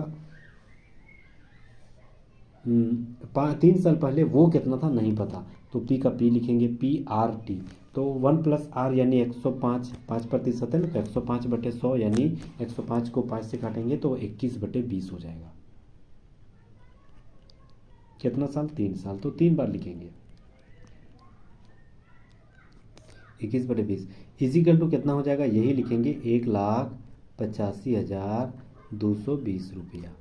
220 मतलब आबादी था। ठीक है, अब 1,85,000 उधर है, तो अगर हम इधर 20 वाला ले जाएंगे तो उधर ऊपर में चल जाएगा, तो ये हो गया 1,85,220 रुपया, और ये तीनों 20 उधर चल जाएगा बराबर के ऊपर, तो जो नीचे उधर ऊपर चल जाएगा, 20 × 20 × 20 और जो ये इधर ऊपर है वो नीचे आ जाएगा इधर बराबर के बाद, तो 21 गुना 21 गुना 21। ठीक है, अब इसको जो है इससे हमें 21 बार में काटना है 21 से, तो कितना हो जाएगा 8 8 2 0, ये इतना बार में कटेगा। फिर 21 को इससे काटेंगे तो ये कितना कटेगा 420 बार में कटेगा। फिर 21 को इससे काटेंगे तो 4 दूनी 21 दूनी 42 यानी 20 बार में कटेगा। तो 20 को के गो है 4 को 20 गो हो गया, तो 4 2 दूनी 4 4 दूनी 8 8 दूनी 16 और 4 को 0 यानी 16 1,60,000 था 3 साल पहले। ऑप्शन नंबर 3 बिल्कुल राइट आंसर हो जाएगा। नेक्स्ट आते हैं, पहली 5 प्राकृतिक संख्याओं के तृतीय घातों की औसत की गणना ज्ञात करना है। सबसे बहुत ही शानदार सवाल। सबसे पहले क्या करना पड़ेगा, पहली 5 प्राकृतिक संख्या यानी 1 और सबका क्यूब कर देना है, फिर 2, फिर सबका क्यूब 3, फिर क्यूब 4, क्यूब 5, क्यूब। ठीक है, यही सबको जो अभिष्ट औसत ज्ञात करना है, तो सबको जोड़ के कितना भाग दे दे, क्योंकि 5 को संख्या है तो 5 से भाग दे। 1 का क्यूब क्या होती है 1 होती है। 2 का क्यूब कितना होती है, तो याद रखना 2 का क्यूब जो होती है वह 8 होती है। 2 दूनी 4 4 दूनी 8 होती है ना, ये सब क्यूब हमेशा याद रखना। 3 का क्यूब 27 होती है। 4 का क्यूब जो होती है वह कितना होती है, याद रखना 64 होती है। 4 4 16 16 4 64। 5 का क्यूब होती है 125। अब अगर हम 1 8 27 64 और 125 को जोड़ेंगे और टोटल नीचे 5 था, ठीक है, टोटल को जोड़ेंगे तो कितना हो जाएगा 225/5 हो जाएगा। ठीक है, अब 225 को 5 से भाग देंगे तो 45 राइट आंसर हो जाएगा। 45 का option number B, option number 2 बिल्कुल राइट आंसर हो जाएगा। ठीक है, चलिए नेक्स्ट आते हैं, एक कुर्सी का क्रय मूल्य 3,000 रुपये में से विक्रय मूल्य 6% की हानि पर दे दिया, तो विक्रय मूल्य क्या था। यानी अगर 3,000 में लिया तो 6% की हानि यानी 100 से घटाएंगे तो ये हो गया मेरा 94/100। ठीक है, शाम हो गया, कुत्ता भूखने लगा, बहुत आदत खराब। ठीक है, चलिए तो हाँ, ये 2 जीरो कट जाएगा, ये 1 जीरो बच गया। 4 तिया 12, हाथ में 1, 9 तिया 27 से 28, 2820 राइट आंसर हो जाएगा। ऑप्शन नंबर 2 बिल्कुल राइट आंसर हो जाएगा। नेक्स्ट हम लोग आते हैं, 25% प्रति वर्ष की दर से 3 वर्ष में 3200 रुपये की चक्रवृद्धि ब्याज कितना हो जाएगा। तो यानी 3200 रुपया मेरा क्या है, 3200 रुपया मेरा मूलधन है, तो 3200 रुपया इंटू 25% यानी 1 + 25/100, तो 25 यानी 125/100। 125/100 यानी 125 कितना बार में होता है 5। 125 को बटे 100 है तो कितना बार में 25 5 25 चौक यानी 5/4, तो 5/4 इंटू 5/4 इंटू 5/4, क्योंकि 3 सालों में तो 3 को लिखेंगे, सबको काट देंगे। 4 4 16 16 चौक 64, तो 32 दूनी 64 कट जाएगा इधर, उधर ऊपर में 100 है यानी 50 इधर हो जाएगा। तो 5 5 25 25 5 125 हो गया और इधर हो गया आपका 50। ठीक है, तो 5 5 25, 2 बचा, 5 दूनी 10 का 12, 1 बचा, 5 1 5 और 1 6 और 1 0 हो गया। ठीक है, अब इसमें से हमें 32, क्योंकि ये मिश्र धन है तो मिश्र धन में हमने 3200 रुपया घटा देना है, तो 3200 रुपया अगर हम घटा दे रहे हैं तो कितना बच जा रहा है 30 50। ठीक है, ऑप्शन नंबर 3 बिल्कुल राइट आंसर हो जाएगा, 30 50 राइट आंसर हो जाएगा। नेक्स्ट आते हैं, 3 मित्रों की औसत आयु 23 है, तो 3 मित्रों की औसत आयु 23, तो इसे गुना कर देंगे, 23 दिया 69 होगा। ठीक है, यदि चौथा मित्र यानी चौथा आदमी 4 हो गया और वही मतलब औसत है, तो फिर 23 को 4 से गुना कर देंगे, तो 4 तिया 12 और 4 दूनी 8 9 92। ठीक है, बोल रहा चौथे की उम्र क्या है, तो बड़ा से छोटा घटा दो, 92 को 69 से घटा देंगे तो 23 उम्र ही हो जाएगा। ऑप्शन नंबर 2 बिल्कुल राइट आंसर हो जाएगा। ठीक है, नेक्स्ट आते हैं, एक वस्तु जो है का क्रय मूल्य उसके विक्रय मूल्य का 1/2 है, उस वस्तु पर लाभ या हानि क्या हो जाएगा। देखिए, सबसे पहले हमें करना है, अगर वस्तु का विक्रय मूल्य 3x मान लेते हैं। ठीक है, विक्रय मूल्य अगर हम मान लेते हैं 3x, ठीक है, तो मेरा क्रय मूल्य क्या हो जाएगा, इसी का 3/2, सॉरी 2/3 यानी 2/3, तो 3 3 कट जाएगा यानी सिर्फ 2x बचेगा।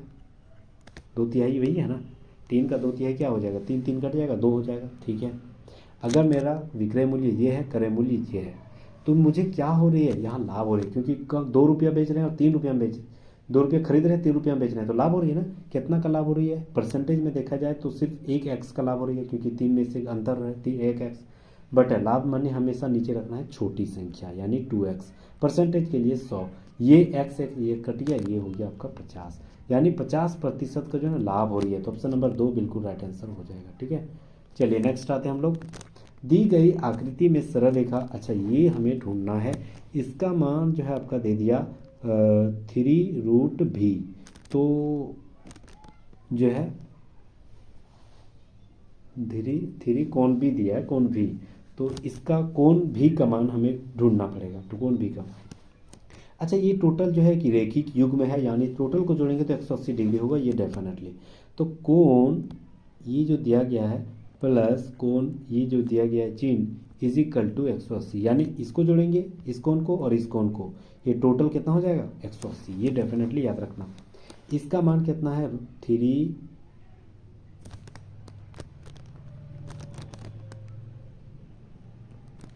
ठीक है, इसका मान कितना है, तो याद रखना इसका मान जो है ना वह 3√v है, और इधर क्या है √v, इजिकल टू कितना हो गया 180। अच्छा 3√v और 1√v कितना हो गया 4√v, इजिकल टू 180। तो ये इससे काटेंगे तो कितना हो जाएगा √v इजिकल टू 45। ठीक है, तो वही तो पूछ रहा था, मतलब रूट बोल रहे हैं, कोण कोण है, कोण है, ठीक है, इसको कोण मान लीजिएगा। कोण भी का मान कितना 45 डिग्री, ऑप्शन नंबर 2 बिल्कुल राइट आंसर हो जाएगा। नेक्स्ट हम लोग आते हैं 62 नंबर सवाल। ए और बी मिलकर किसी काम को 18 दिन में करता है। ए अकेला 36 दिन में करेगा, तो बी अकेला कितना दिन में करेगा। टोटल अगर 18 दिन में कर रहा है तो टोटल को एक आदमी जो कर रहा है ए उसको घटा देंगे, तो एलसीएम कितना होगा 36, 18 दूनी 36, 36 से कम 36 यानी 1/36, यानी बी जो करेगा 36 दिन में करेगा। ऑप्शन नंबर 3 बिल्कुल राइट आंसर हो जाएगा। नेक्स्ट आते हैं, एक व्यक्ति जो है साइकिल से 12 किलोमीटर की दूरी 90 मिनट में तय करता है। ठीक है, 12 किलोमीटर की दूरी जो है 90 मिनट में तय करता है। यदि साइकिल एक समान गति से चल रही है तो 3 घंटे में वह व्यक्ति कितनी दूरी तय कर लेगा। देखिए समय कितना है, टाइम समय मेरा है 90 मिनट, यानी 90 मिनट यानी कितना, तो 90 यानी 90 को घंटा में बदलेंगे तो 60, ये जीरो यानी 3/2 घंटा। ठीक है, अब साइकिल की चाल क्या हो जाएगा, दूरी बटे समय। दूरी मेरा कितना है, तो दूरी मेरा जो है 12 किलोमीटर है, दूरी बटे समय इसी हिसाब से चलना है, तो 3/2, ये 2 को डायरेक्ट ऊपर ले जाएंगे, तो 3 4 और 4 दूनी 8 हो गया। ठीक है, 8 किलोमीटर प्रति घंटा की स्पीड से जाना पड़ेगा। ठीक है, अब वही बोल रहा है 8 किलोमीटर प्रति घंटा से जाएंगे और 3 घंटा में कितना दूरी तय करेंगे, तो दूरी बराबर 4 गुना समय होती है, 4 8 किलोमीटर प्रति घंटा गुना 3 घंटा अगर हम चलेंगे तो 8 या 24 किलोमीटर, 24 किलोमीटर हम लोग चल देंगे। तो ऑप्शन नंबर 2 बिल्कुल राइट आंसर हो जाएगा। चलिए नेक्स्ट आते हैं, 150 मीटर चौड़ी एक सड़क है।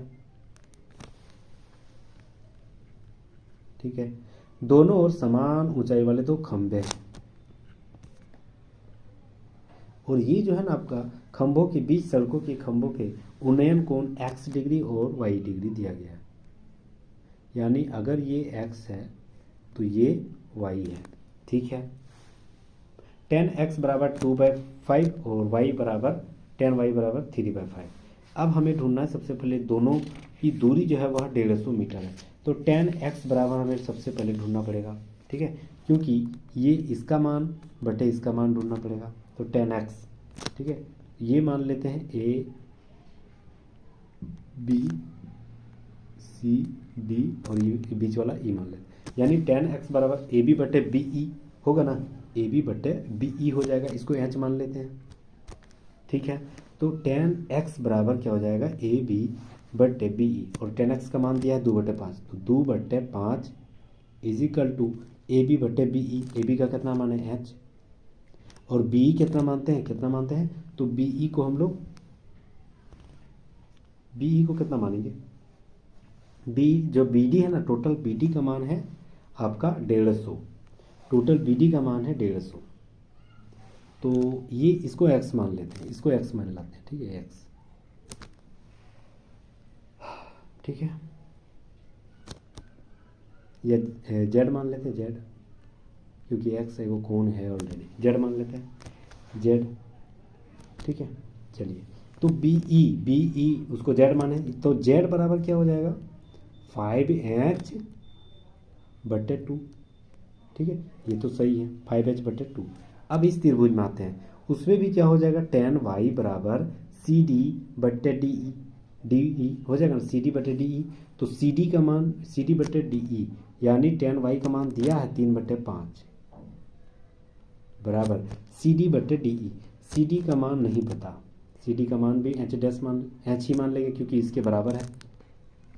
तो h/DE कितना है, तो DE मेरा जो है टोटल का मान 150 है और BE का मान है Z, तो 150/Z हो जाएगा बिल्कुल। ठीक है, 150/Z हो जाएगा। अब ये जो दिया गया है Z बराबर इसका मान और ये मेरा हो गया 3/5 = h/150 - Z। ये दोनों को हम लोग क्या करना पड़ेगा, ये दोनों को हम लोग जोड़ देंगे। ठीक है, ये दोनों को हम लोग जोड़ देंगे, क्यों, क्योंकि ये Z बराबर क्या हो जाएगा, Z बराबर हो जाएगा 5h/2 और ये मेरा हो जाएगा।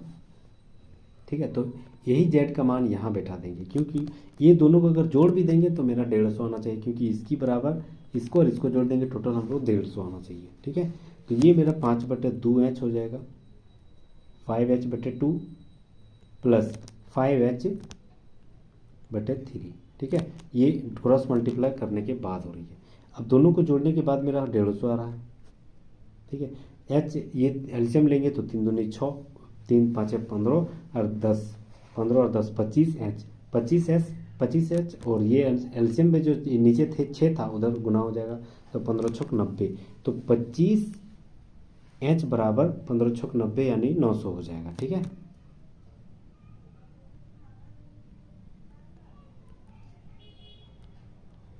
ठीक है, तो 25 को 900 से काटेंगे तो 36 राइट आंसर हो जाएगा। ठीक है, 36 यहाँ पर बिल्कुल राइट आंसर हो जाएगा, ऑप्शन नंबर 3 बिल्कुल राइट आंसर हो जाएगा। नेक्स्ट आते हैं दिए गए, अच्छा यहाँ बहुत ही ज़बरदस्त सवाल है, 65 नंबर सवाल बता रहा है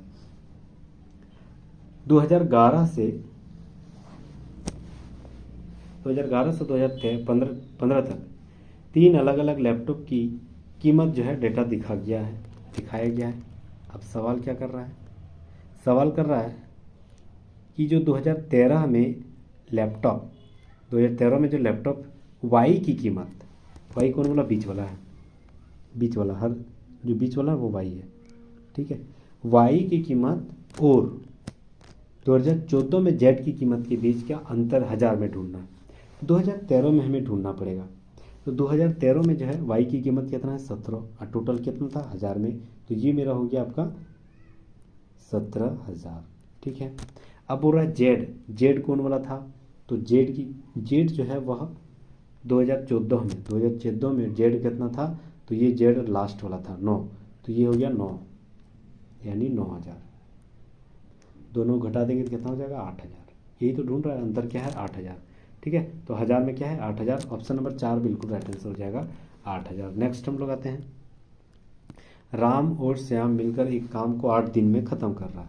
राम उसी काम को 12 दिन में ख़त्म करता है, तो श्याम अकेले क्या करना, टोटल का काम दोनों मिलकर 8 दिन में, एक जन जो कर रहा है वो 12 दिन में, दूसरा दिन कितना करेगा, तो बस दोनों को घटा दो टोटल से, एक जन किया ना उसी को घटा देंगे तो दूसरा वाला निकल जाएगा, तो 12 दूनी 24 हो जाएगा एलसीएम, 8 दिया 24 माइनस 12 दूनी 24, इसको ही घटाएंगे तो 1/24 राइट आंसर हो जाएगा, यानी 24 दिन में, ऑप्शन नंबर 3 बिल्कुल राइट आंसर हो जाएगा। नेक्स्ट आते हैं, एक ट्रेन बिना रुके 50 किलोमीटर प्रति गति से यात्रा कर रही है और रुकने के बाद जो है 40 किलोमीटर प्रति गति से यात्रा करती है, तो ट्रेन प्रति घंटा औसत रुकने में कितना समय लगाया, मतलब मिनट में हमें ढूंढना पड़ेगा। तो सबसे पहले हमें क्या करना है, इसका अंतर ढूंढना, कितना है 10 किलोमीटर प्रति घंटा। ठीक है, और जो 10 किलोमीटर प्रति घंटा है ना, वह हमें जो शुरुआत में चल रही थी उसी से भाग दे देना है, 1/5 हो गया, और मिनट में इसी को बदलना है तो 60 से गुना करना पड़ेगा। ये हमेशा याद रखना, उसका अंतर और जो शुरुआत वाला है उससे भाग दे देंगे बड़ी वाली संख्या से। ठीक है, तो उसका भाग दे देंगे, और मिनट में यहाँ ढूंढ रहा है, मिनट घंटा में ढूंढ रहा तो 1/5 आंसर हो जाता है, मिनट में ढूंढ रहा है इसलिए 60 से गुना कर देंगे, तो 12 राइट आंसर हो जाएगा, ऑप्शन नंबर 2 बिल्कुल राइट आंसर हो जाएगा। नेक्स्ट आते हैं, एक महिला और उसकी बेटी की औसत आयु 16 वर्ष है, उसकी आयु का अनुपात जो है 7:1 है, तो महिला की आयु क्या हो जाएगी? अच्छा, बेटी की औसत आयु 16, तो कितना आदमी है? एक महिला और एक बेटी, यानी 2 आदमी, तो 2 गुना 16 औसत हो गया, तो 16 दूनी 32, यानी टोटल को जोड़ेंगे तो 32 आना चाहिए। तो एक है एक्स, एक्स मान लेंगे तो पहला वाला अगर एक्स है तो ये तो दूसरा हो जाएगा 7x, दोनों को जोड़ने यानी 8x बराबर क्या हो जाएगा? 32। तो ये हो जाएगा 8 चौक 32, 4, तो 4 गुना करेंगे इधर तो x इक्वल टू 4 हो जाएगा, और ये एस 7 यहाँ x बैठाएंगे तो 7 चौक 28 हो जाएगा। ठीक है, अब जो भी पूछ रहा है महिला की आयु क्या है? 28। ऑप्शन नंबर 2 बिल्कुल राइट आंसर हो जाएगा। ठीक है, 28 साल। नेक्स्ट हम लोग आते हैं, एक व्यक्ति 60 पैसे और 35 पैसे के 147 डाक टिकटों की खरीद करती है। उसने इनमें से कुल 68.20 की धनराशि खर्च करता है। उसके द्वारा 35 पैसे के कितने डाक टिकटों की खरीद कर लेगा? ये सवाल किया है, बहुत ही शानदार सवाल है। सबसे पहले में क्या करना है, टोटल जो है ना 147 डाक टिकट खरीद रहा है, यानी अगर 35 पैसे वाला अगर x खरीद रहा है, x डाक टिकट खरीद रहा है, तो 60 पैसे वाला कितना हो जाएगा? 147 बट्टे x हो जाएगा, सॉरी 147 माइनस x हो जाएगा, बस उसी को जोड़ दें। 35 को x डाक टिकट खरीद रहा है, तो 60 पैसे टोटल कितना खरीद रहा है? 147, तो 147 माइनस x टिकट कौन खरीदेगा? 60 पैसे के रुपए की दर से। इसी दोनों को जोड़ने के बाद कितना मिल रहा है मेरा? 6820 रुपया। ठीक है, अब इसको अगर गुना करेंगे तो ये हो जाएगा मेरा 35x प्लस ये 147 गुना 6 को गुना करेंगे तो लगभग 8820 हो जाएगा, माइनस 60x इजिकल टू 6820 हो जाएगा। ठीक है, ये 8820 इधर आएगा तो माइनस में आ जाएगा, तो यानी माइनस ही गुना भागा घटाव कर देते हैं, तो कितना हो जाएगा? 6820। अच्छा, 6820 और 8820 कितना अंतर आ रहा है? 2000, तो डायरेक्ट 2000 लिख देते हैं, लेकिन माइनस में है क्योंकि इधर 2 जा रहा तो माइनस से जाएगा। अब 35x में माइनस 60x घटाएंगे तो 25x हो जाएगा ना, लेकिन माइनस में, तो ये माइनस कट जाएगा, तो ये 25 को 2000 से काट देंगे तो कितना हो जाएगा? 25 8 है 200 और एक 0, यानी x इक्वल टू मेरा कितना हुआ? 80। अब ये पूछ कितना रहा था? पूछ कितना वाला रहा था? पूछ रहा था कि 35 पैसे वाला कितना है? 35 पैसे वाला तो हम लोग x माने थे ना, तो 35 प्लस 16 x ही हो जाए, यानी 80 राइट आंसर हो जाएगा। ऑप्शन नंबर 4 बिल्कुल राइट आंसर हो जाएगा। नेक्स्ट हम लोग आते हैं, चलिए मैथ का आज का शानदार और अंतिम सवाल। ऐसे ही डायग्राम दिया गया है, सवाल कर रहा है कि 2017 और 2019 के निर्यात के बीच जो है अंतर कितना है? 2017 में कितना है? 120। 2019 में कितना है? तो 425। इसी को हम लोग घटा देंगे तो ये 5 हो जाएगा, ये 0, ये 3, 305 होगा। ऑप्शन नंबर 4 बिल्कुल राइट आंसर हो जाएगा। ठीक है, चलिए इजी था। चलिए मैथ सवाल संबंधित खत्म हो गया, वो भी उम्मीद कर रहा हूँ कि एकदम ज़बरदस्त एक्सप्लेनेशन के साथ पढ़े हैं। अब हम लोग आते हैं रीजनिंग का सवाल। देखिए शानदार सवाल, और रीजनिंग जितना भी है वो सोचिए हर चैप्टर का एक वो सवाल है, मतलब हर चैप्टर का आपका रिवीजन होने वाली है, तो प्लीज़ अंत तक जरूर जुड़े रहिएगा। चलिए ट्रक जहाज और माल, ट्रक जहाज और माल में क्या अंतर है? देखिए ट्रक और जो जहाज है ना, ये दोनों अलग अलग होती है। ट्रक और जहाज, इसको मान लेते हैं, इसको ट्रक, इसको जहाज मान लेते हैं, इसको जहाज। ठीक है, तो ट्रक और जहाज तो अलग हो गया, लेकिन माल दोनों से मतलब है, तो ऑप्शन नंबर 1 बिल्कुल राइट आंसर हो जाएगा। नेक्स्ट हम लोग आते हैं, दिए गए जो है वह कौन सा असंगत है? देखिए ये 12 का स्क्वायर है, ये 12 का स्क्वायर है, ये 20 का स्क्वायर है, ये 15 का स्क्वायर है, ये 14, 225 किसी का स्क्वायर नहीं है।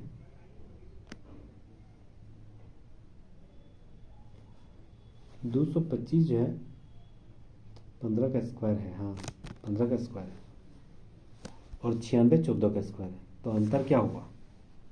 15 एक विषम संख्या है, इस आधार पर अंतर खोज लेंगे। 15 क्या है? विषम संख्या, तो ऑप्शन नंबर 4 बिल्कुल राइट आंसर हो जाएगा। सब स्क्वायर है लेकिन 15 एक विषम संख्या, बाकी सब सम संख्या है। चलिए अगला सवाल। चलिए गुना का अर्थ होता है योग, यानी 20 और 20 के बाद गुना, यानी उसके बाद गुना को योग कर देंगे 16।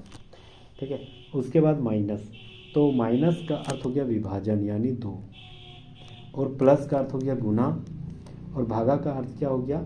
भागा का अर्थ हो गया घटाव। 8। तो 2 8 16, ठीक है। 8 8 64 माइनस 64।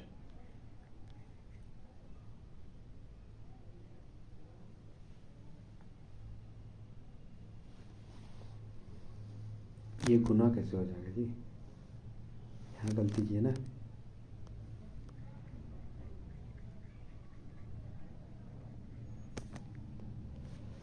दो को दो है, सॉरी, दो को दो है।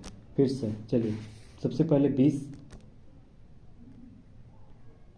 गुना के जगह क्या करना है, प्लस 16।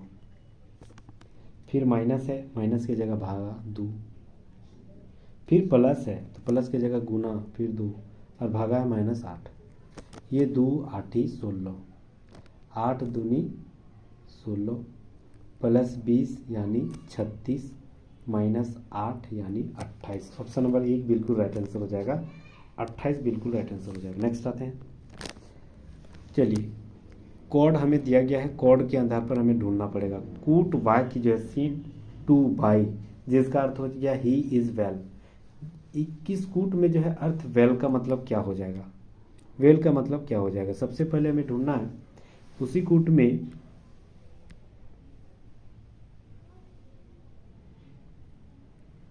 देखिए, सबसे पहले यहाँ क्या करें, इसको छोटा कर दे रहे हैं, ठीक है। सबसे पहले सीन लू बाई है तो लिखते हैं सीन लू बाई, ठीक है। सीन लू बाई है, इसका हो गया ही इज वेल,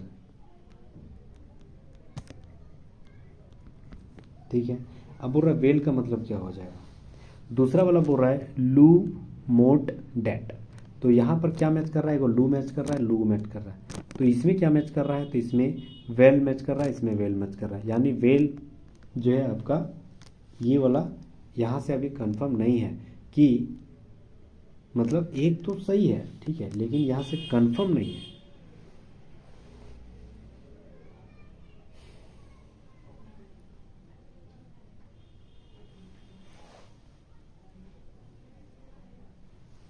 अच्छा रुकिए, सीन लू बाई का अर्थ ही इज वेल, तो सीन लू बाई का अर्थ ही इज वेल। तो लोड मोट डेट, लोड मोट डेट यहाँ क्या मैच कर रहा है, लोड मैच कर रहा है, तो लो यहाँ मैच कर रहा है, यहाँ वेल, तो लो और को यहाँ ये मेल मैच कर दिया, यानी इसका मतलब ये भी सकता है, ये भी ये। अब यहाँ पर बोल रहा है सीन मिक बाई, कथन 2 जो है सीन मिक बाई यानी ही इज स्ट्रॉन्ग। तो क्या मैच किया, सीन मैच किया, तो ये सीन मैच किया। सीन का मतलब यहाँ क्या मैच कर रहा है, ही मैच कर रहा है, ठीक है, ही मैच कर रहा है। सीन का मतलब यहाँ ही मैच कर रहा है, अब मैच कर रहा है, ठीक है। तो सीन का मतलब ये ही हुआ, लो का मतलब वेल हुआ, ठीक है। तो वेल का मतलब लो, अच्छा यही तो पूछ रहा है वेल का मतलब क्या है, तो वेल का मतलब लो ही होगा, तो पहला ही सही है, तब तो पहला ही सही है, ठीक है। वेल खाली पूछ रहा था, ठीक है, हम सोचे ईज पूछ रहा था, हम पढ़े वेल लेकिन ईज हम ध्यान में था, ठीक है। तो वेल का पहला ही सही हो जाएगा, पहला ही पता चल जा रहा था, वेल का मतलब लो था। तो ऑप्शन नंबर 1 बिल्कुल राइट आंसर हो जाएगा। कहाँ है, हाँ केवल एक ही सही है, दूसरा जरूरी नहीं है। नेक्स्ट आता है। चलिए 20 गुना 16, यानी पहले 20 लिखेंगे, ठीक है, उसके बाद गुना की जगह प्लस कर देना है। देखिए यहाँ गुना, प्लस का प्रयोग गुना के लिए करना है, तो यहाँ पर प्लस 16, ठीक है। उसके बाद माइनस का अर्थ भागा हो गया, देखिए यहाँ भागा का अर्थ घटा, यहाँ माइनस, ये हो जाएगा 4। फिर प्लस का प्लस हो जाएगा, तो प्लस का अर्थ हो गया दुगुना, गुना, तो गुना 2, और भागा का अर्थ क्या हो जाएगा, -8, ठीक है। यही ढूंढना, तो सबसे पहले गुना करना है, 4 दूनी 8 हो गया, ये -8, ये -8, ठीक है। रुकिए, ये 16 के बाद क्या है, माइनस, अच्छा माइनस का माइनस यहाँ भागा हो जाएगा, तो ये 4 दूनी, ये 4 4 16 और 4 दूनी 8, यानी +8 हो जाएगा। ये प्लस प्लस कट गया, प्लस माइनस 20। ऑप्शन नंबर 2 बिल्कुल राइट आंसर हो जाएगा। नेक्स्ट आते हैं। चलिए, रीजनिंग का बहुत ही ज़बरदस्त सवाल, अल्फ़ाबेटिकल सवाल एकदम हमें रट लेना है हुआ, ठीक है। अल्फ़ाबेटिकल कितना नंबर में आता है वो हमें रट लेना पड़ेगा, तभी हमें सवाल सारे जो है इजी तरीके से बनेगी। सी का जी बना दिया, फिर के बना दिया, इनमें से विषम कौन है, यही ढूंढना है ना। देखिए STU VWXYZA यानी 5 जोड़ रहा है। CDEFG यानी 4 जोड़ रहा है। इसमें देख रहे हैं, इसमें 4 जोड़ रहा है। EFGHI इसमें भी 4 जोड़ रहा है। HIJKL इसमें भी 4 जोड़ रहा है और ऊपर वाला में 5 जोड़ रहा है। यानी पहला ही देखिए, तो पहले से ही हमें पता चल जा रहा है कि ऊपर वाला गलत है। ठीक है, ये बाकी सब 3 है। ऑप्शन नंबर 1 राइट आंसर हो जाएगा। ये जो बता रहा है वो भी सम है। चलिए अगला सवाल। यहाँ पर अगला क्या हो जाएगा, देखिए यहाँ पर सबसे पहले यहाँ ऐसे तीर था तो ऐसे चल गया यानी 90 डिग्री में घुस गया। फिर जस्ट उल्टा हो गया यानी 180 डिग्री चल गया। फिर 90 डिग्री में, तो फिर से अगर अगला वाला 90 डिग्री तो ये 90 डिग्री, तो फिर 180 डिग्री ही घूमेगा। तो 180 डिग्री ही घूमेगा, तो ABC में 180 डिग्री घुमा हुआ है। ठीक है।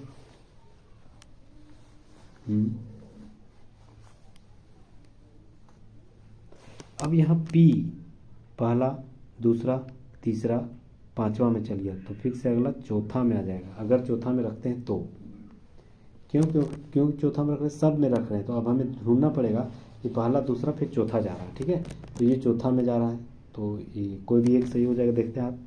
फिर यहाँ T दूसरा, तीसरा, चौथा, सॉरी दूसरा, तीसरा, डायरेक्ट 5वां चल गया, तो अब चौथा हो जा रहा है। ये भी सही है, तो चौथा हो जा रहा है, तो फिर 2 छोड़ देंगे तो 1 हो जाएगा, पहला वाला में हो जाएगा। तो T पहला में, चौथा में P। हाँ, तो सब में यही है। चलिए अगला देखते हैं। S तीसरा, फिर 5वां चल गया, फिर दूसरा, फिर पहला के बाद दूसरा ही होगा, तो TS और चौथा में P, चौथा में P, TS चौथा में P। एक सही है, 3 भी सही है। अब ढूंढते हैं जो वर्ग दिया वो 5वां नंबर, चौथा नंबर, पहला नंबर, तो अब तीसरा नंबर हो जाएगा। तो तीसरा number option number 1 right answer हो जाएगा। ठीक है, पहला के तीसरा, सब में एक को मतलब गैप छोड़ दिया था, तो ऑप्शन नंबर 1 बिल्कुल राइट आंसर हो जाएगा। नेक्स्ट आते हैं। मान लीजिए A B की बेटी है। अगर A जो है B की बेटी है, ठीक है, B C की बेटी है, यस B जो है ना C की बेटी है, C D का भाई है, C जो है D का भाई है, ये दोनों भाई बहन है। ठीक है, अब बोल रहा C D का भाई है और D E की माँ है। D जो है ना E की माँ है। ठीक है, यदि E मादा है, यानी E जो है ना एक मादा है, मादा यानी लड़की, तो A का E से क्या संबंध है, A का यानी ये सुनेगा, तो ये इसका क्या हो जाएगा, भाई बहन हो जाएगा, ये दोनों। ठीक है, ये दोनों भाई बहन हो जाएगा, तो ये इसको क्या बोलेगा, तो या तो भतीजा या भतीजी बोलेगा, यही बोलेगा। ठीक है, तो A जो है ना ये क्या हो जाएगा, A अगर E मादा है तो भतीजी,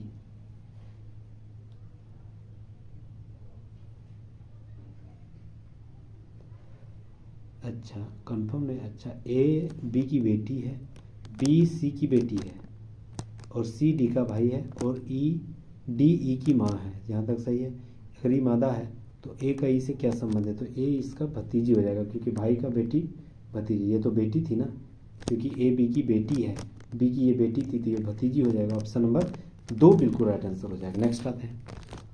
किसी कॉइन को 8574, अंटिल को 94371, तो कोकोनट को क्या बोले। अच्छा C को कितना बना था 8, तो यहाँ भी C का 8 बना देंगे। O का यहाँ क्या बना था 5, तो यहाँ भी 5 बना देंगे। 8585 दो गो में है, फिर C, फिर 8, फिर O, फिर 5, फिर N का यहाँ चौथा नंबर, यहाँ चौथा नंबर 4। ठीक है, 85854, 85854, ऑप्शन नंबर 2 देखिए 85854, ऑप्शन नंबर 2 राइट आंसर हो जाएगा। नेक्स्ट आते हैं। क्या होगा से बेहतर है ओह, अगर ये कथन दिया गया। ठीक है, क्या होगा से बेहतर है ओह, तो इसका ये कथन दिया गया है। अब यहाँ हमें ढूंढना है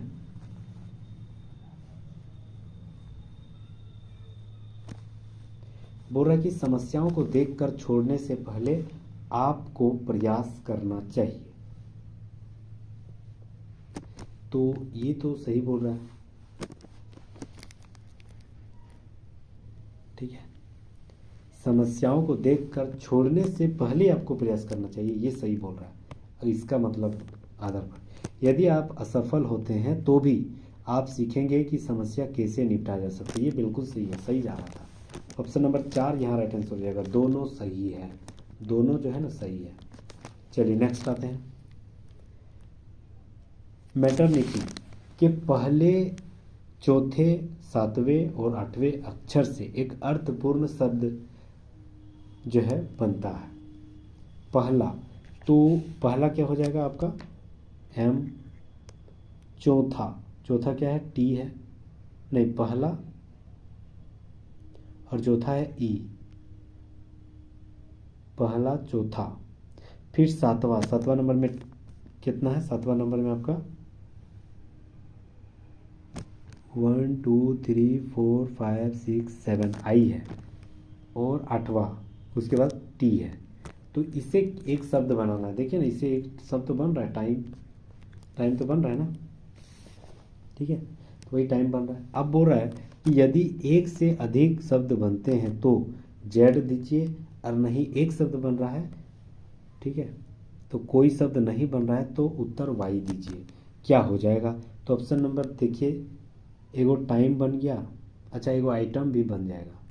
आइटम दो बन रहा है, यानी एक से अधिक बन रहा है तो जेड, वही तो बोल रहा था जेड देना, एक से अधिक बन रहा है, तो ऑप्शन नंबर 4 बिल्कुल राइट आंसर हो जाएगा। नेक्स्ट आते हैं।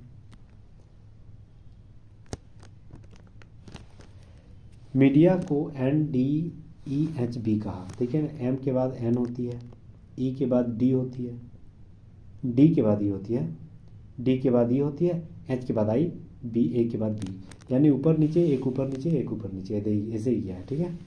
सबसे पहले तो हमें क्या करना, एम के बाद एन गया, तो यानी एस के बाद टी हो जाएगा, ठीक है, एस के बाद टी हो जाएगा, फिर एन लिखेंगे तब ना, एन के बाद ओ हो जाएगा, फिर जे के एल, एल के बाद एम हो जाएगा, TNM, TNM कहाँ है, ऑप्शन नंबर 1 बिल्कुल राइट है। 1 प्लस 1 माइनस था। नीचे दिए गए 5 ऐसे 4 समान है, पांचवा एक ऑप्शन गलत है। देखिए, नाव एक परिवहन की चीज़ है, बस एक परिवहन की चीज़ है, रेलगाड़ी एक परिवहन है, पहिया एक परिवहन का पार्ट्स है, परिवहन नहीं है, परिवहन का पार्ट्स है, तो ऑप्शन नंबर 4 बिल्कुल अलग है। नेक्स्ट आते हैं। कम को ये कहा गया, डील को ये कहा गया, तो कॉल को क्या बोलेंगे, ठीक है, तो कॉल को क्या बोलेंगे, तो सबसे पहले सी को क्या बोला गया था, $, फिर ओ को क्या बोला गया था, प्लस, $+, ठीक है, उसके बाद ए को क्या बोला गया था, तो यार रखना है 9, उसके बाद एल को क्या बोला गया था, तो एल लास्ट में यहाँ, तो 4, 9 4, ऑप्शन नंबर 2 बिल्कुल राइट आंसर हो जाएगा। नेक्स्ट आते हैं। रोहित, हर्ष और संजीव 3 टाइपिस्ट है जो 4 घंटे में 216 पृष्ठ टाइप कर सकते हैं। 1 घंटे में संजीव हर्ष की अपेक्षा जितने अधिक टाइप करते हैं, उतने ही हर्ष रोहित की अपेक्षा अधिक पृष्ठ टाइप कर लेता है। जितने पृष्ठ संजीव 5 घंटे में टाइप कर लेता है, उतने ही पृष्ठ रोहित 7 घंटे में टाइप कर लेता है। यानी 5 और 7 जिसका भी होगा वो किसी का कटेबल होगा, ठीक है, 5 और 7। देखिए, अगर ऑप्शन के आधार पे ऐसे सवाल एकदम बहुत ईजी बनते हैं, बहुत ईजी। सबसे पहले हमें क्या करना पड़ेगा, यहाँ बोल रहा है कि 1 घंटे में संजीव हर्ष की अपेक्षा जितने अधिक पृष्ठ, संजीव जो है मतलब संजीव जो लास्ट वाला तीसरा नंबर, संजीव हर्ष से यानी दूसरा से जितना अधिक पृष्ठ टाइप करता है, उतना ही जो है ना पहला से कम कर लेता है, पहला ही से कम कर लेता है, कि रोहित की अपेक्षा उतना ही टाइप कर लेता है था।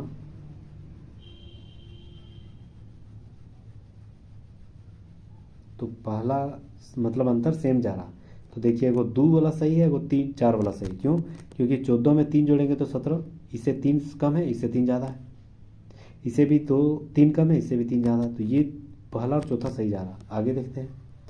जितने पृष्ठ संजीव 5 घंटे में टाइप करता है, उतने ही पृष्ठ जो है रोहित 7 घंटे में टाइप करता है। अगर ये 5 घंटे में संजीव और रोहित जो है 7 घंटे में। अगर क्रॉस गुना करेंगे तो ये मेरा 5 पृष्ठ अगर टाइप कर रहा है यानी इसका क्षमता कम होगा। ये 7 पृष्ठ कर रहा है यानी इसका क्षमता जस्ट उसका उल्टा हो जाएगा। तो यानी ये 5 का पहला वाला 5 का टेबल होगा, तीसरा वाला 7 का टेबल होगा। तो देखिए ऑप्शन नंबर 4 ही राइट आंसर हो जाएगा। ठीक है, देखिए बहुत ही बेसिक सवाल बताया और बहुत ईजी तरीके से बन गया। सबसे पहले क्या समझा, बोल रहा है जितना जो दूसरी वाला है हर्ष, वह जितना जो संजीव जो हर्ष से जितना स्पीड तय किया ना, जिस पर जितना स्पीड टाइपिंग किया उतना जो है वह ए से टाइपिंग किया था, बी वाला। तो ये 2 और 3 में फैक्ट दोनों बराबर जा रहा था। अब बोल रहा है कि संजीव जो जितना 5 घंटे में टाइप कर रहा है, 5 घंटे में ये टाइम है, ये टाइम 5 घंटे में तय कर रहा है, तो ये उतना ही ये आर रोहित 7 घंटे में तय कर रहा है। तो 7 घंटे में अगर टाइपिंग कर रहा है मतलब ये इसका स्लो होगा, काम होगा ना। तो याद रखना ये जो आपका स्लो अगर क्षमता देखा जाए तो स्लो अगर 7 घंटा में कर रहा है यानी इसका काम जो है वह स्लो हो जाएगा, 7 घंटा में कर रहा है। और यह जो है 8 घंटा, सॉरी यहाँ क्षमता नहीं, यहाँ वर्क देखा जा रहा है, सॉरी यहाँ वर्क के आधार पर गिने थे। तो ये 7 घंटा कर रहा है मतलब ये ज़्यादा टाइपिंग किया होगा। ये 5 घंटा में कर रहा है मतलब ये कम किया होगा 5 घंटे में। अगर सब मतलब एक दूसरे से समान टाइपिंग कर रहा है तब देखा जाए, समान नहीं मतलब क्षमता के आधार पर देखा जाए तो एक दूसरे से 3-3 बढ़ रहा था उस आधार। तो इसका जस्ट क्षमता और काम हमेशा उल्टा हो जाता है। ये हमेशा याद रखना, टाइम एंड वर्क में हम लोग पढ़े थे। मतलब ये सब जानता है कि जितना क्षमता होगा वो समय से हमेशा जस्ट उल्टा हो जाएगा। तो ये उल्टा हो जाएगा तो फर्स्ट वाला 5 हो जाएगा, तीसरा वाला 7 हो जाएगा। तो फर्स्ट वाला 5 का गुणनफल है, तीसरा वाला 7 का। तो देखिए 5 × 15 = 21। ऑप्शन नंबर 4 बिल्कुल राइट आंसर हो जाएगा। नेक्स्ट आते हैं, राघव अपने घर से कार्यालय की ओर जो है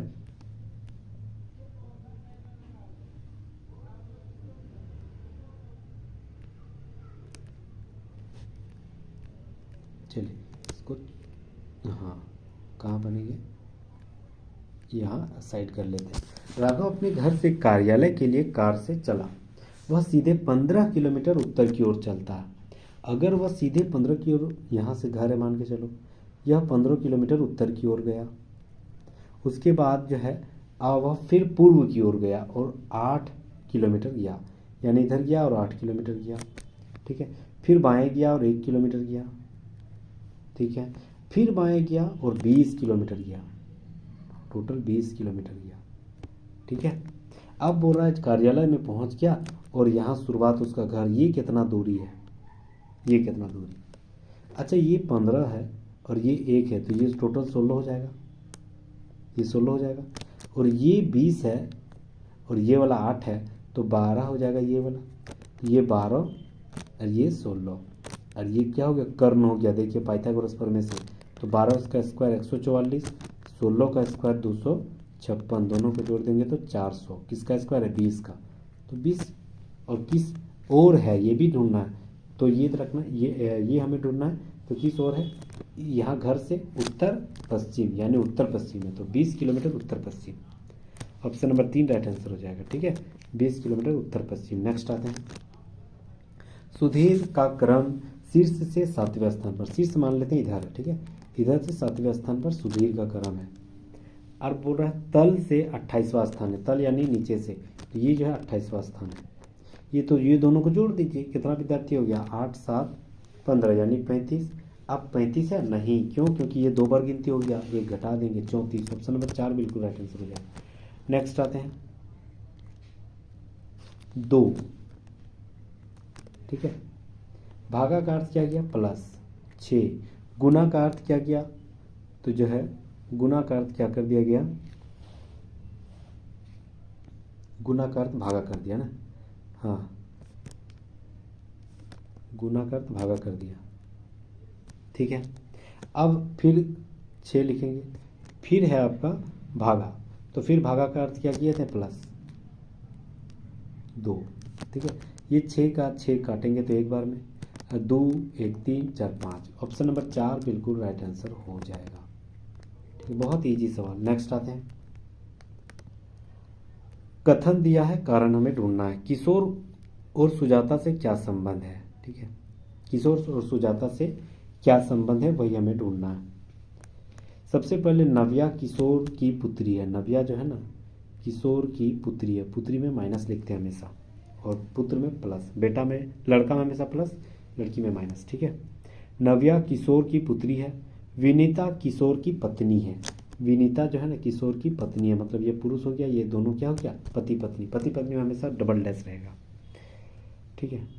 तो ये इस आधार पे हम क्या बता सकते हैं कि किशोर सुजाता से क्या संबंध है। सुजाता का यहाँ जिक्र ही नहीं है तो कैसे बता सकते हैं। चलिए अगला पढ़ते हैं। अमन नव्या का भाई है। अमन जो है ना नव्या का भाई है, मतलब भाई बहन में एक डैश देंगे।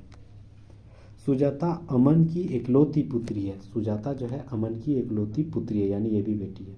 अब बता सकते हैं कि किशोर का सुजाता से क्या संबंध है। देखिए नाती नतनी है, मतलब नतनी है, तो बता सकते हैं। दोनों देंगे तब, तो ऑप्शन नंबर एक राइट आंसर हो जाएगा। एक और दो, एक भी देंगे दो भी देंगे तभी बता सकते हैं कि सुजाता का जो है किशोर से क्या संबंध है। तो ऑप्शन नंबर एक राइट आंसर हो जाएगा। नेक्स्ट आते हैं, दिए गए विकल्पों में विषम ढूंढना। ठीक है, विषम ढूंढना। सबसे पहले विद्यालय में चपरासी रहता है, देखते हैं। नृत्य को नर्तक बोला जाता है, कला को कलाकार, गाना को गायक, ये सही है। विद्यालय को जो है चपरासी नहीं बोला जाता है, विद्यार्थी तो रहता है चपरासी। तो ऑप्शन नंबर एक बिल्कुल राइट आंसर, ये अलग है। चलिए निम्नलिखित चार शब्दों में से जो है वह चारों में से जो है एक जो है आपका सबसे अलग है, ढूंढना। बेंच लकड़ी की बनावट है, कुर्सी लकड़ी की बनावट है, सोफा लकड़ी की बनावट है। लकड़ी तो खुद लकड़ी है, ये अलग हो जाएगा। ऑप्शन नंबर तीन राइट आंसर हो जाएगा। 5 में से 4 अंग्रेजी वर्णमाला में इसी स्थिति के क्रम के अनुसार एक समान है, एक जो है आपका गलत बता रहा है। कौन सा। सबसे पहले एम के बाद MNOP यानी 3 जोड़ा, के LMN 3 जोड़ा, DEFG 3 जोड़ा, UVWX दुए जुड़ रहा है। तो ऑप्शन नंबर 3 राइट आंसर हो जाएगा। 3 यहाँ मतलब गलत है। चलिए अगला सवाल। स्टोव को FNBLK कहा तो वोट्स को क्या बोला जाएगा। चलिए स्टोव F से S से जो है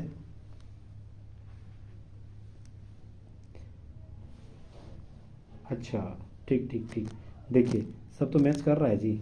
यानी S को क्या बोला F, तो यहाँ V को क्या बोला गया।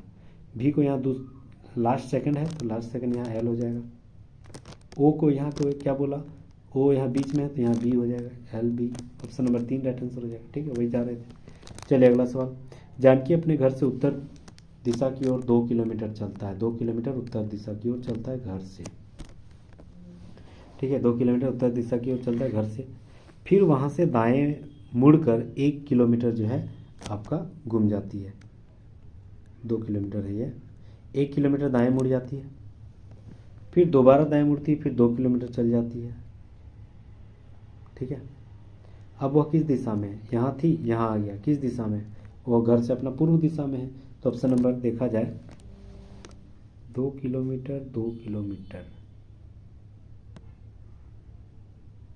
अपने घर से उत्तर की ओर 2 किलोमीटर जाता है तो उत्तर की ओर, फिर वह दाएं मुड़ी तो 1 किलोमीटर, फिर वह दोबारा दाएं मुड़ी और 2 किलोमीटर गया।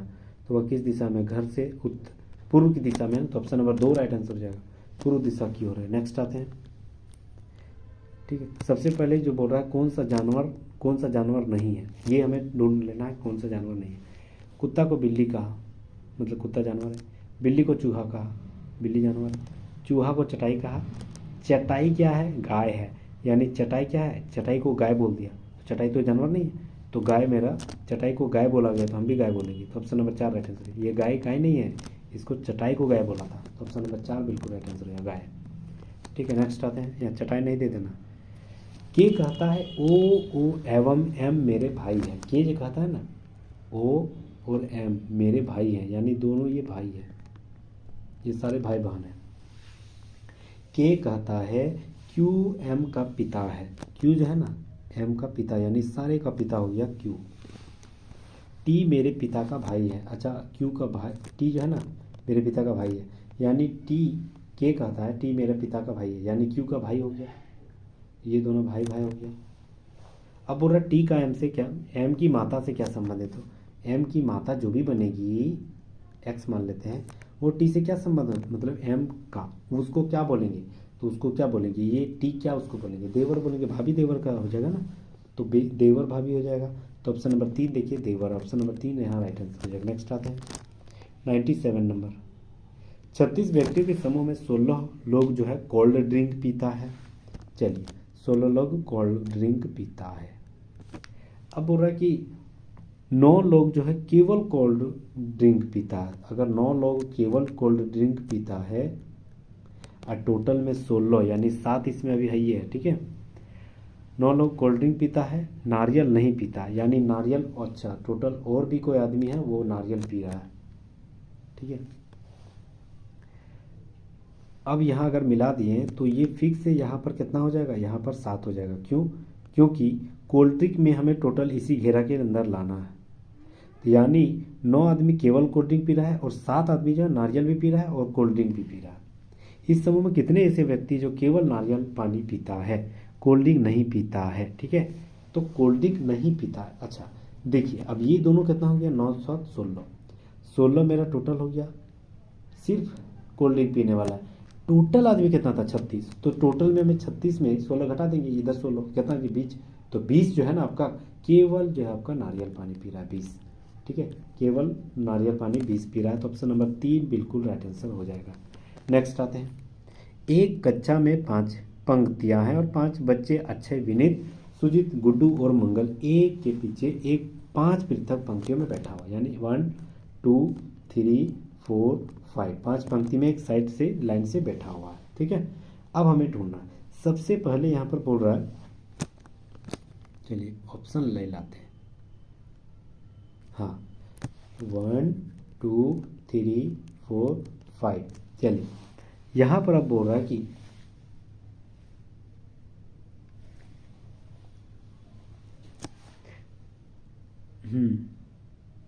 अच्छे सुजीत के पीछे लेकिन विनीत के सामने बैठा है।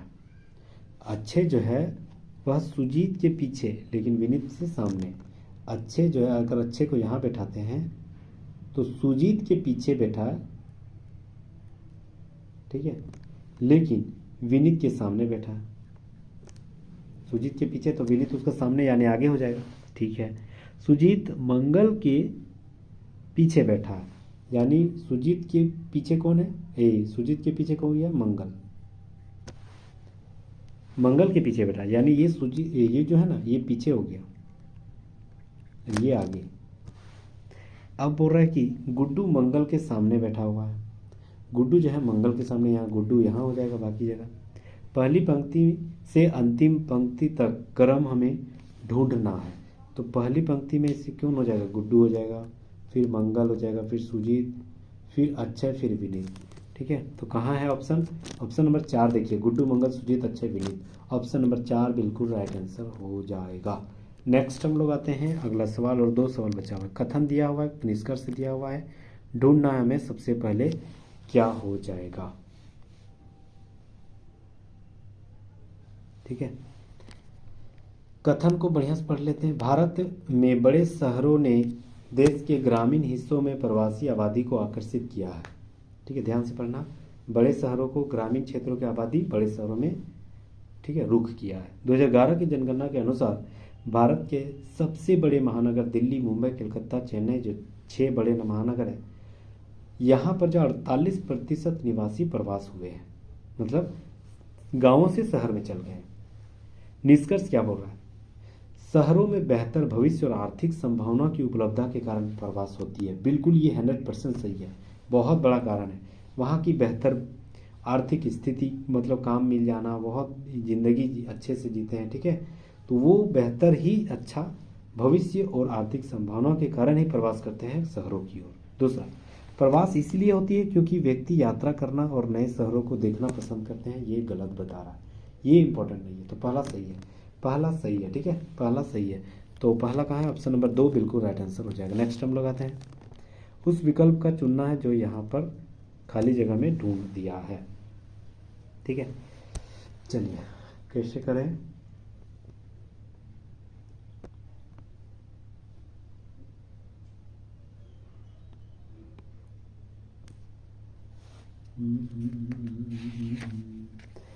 छ 8 से बढ़ा 6, तो 8 से बढ़ा 6 अगर, अच्छा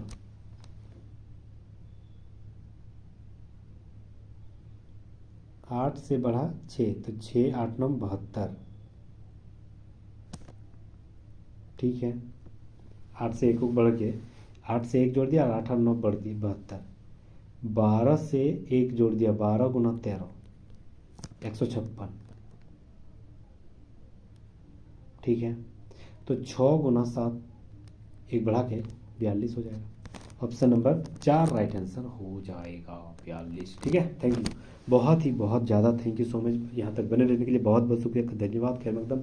अगर आप नए तो प्लीज़ ऐसे ही ज़बरदस्त एक्सप्लेनेशन के साथ मेरे फैमिली में आपका जोरदार स्वागत रहेगा, जुड़े रहिएगा।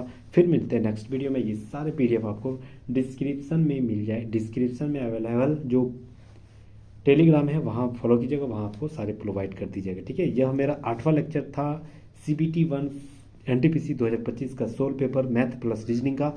इससे पहले मैंने 7 लेक्चर ऑलरेडी अपलोड कर दिया, नहीं देखो तो प्लीज़ वो सारे विजिट कीजिएगा, वो सारे प्लेलिस्ट में अपलोडेड है। अगर आप ग्रुप डी की फॉर्म अप्लाई किए हैं तो वो भी हम जो है प्लेलिस्ट में सारे ग्रुप डी का सेट प्रैक्टिस के रूप में इसी तरह सॉल्व पेपर ज़बरदस्त एक्सप्लेनेशन के साथ ठीक है अपलोड किया हमें, तो प्लीज़ प्लेलिस्ट में जाके सारे विजिट कीजिए। थैंक यू सो मच, फिर मिलते हैं नेक्स्ट वीडियो में, तब तक जय हिंद, थैंक यू अगैन।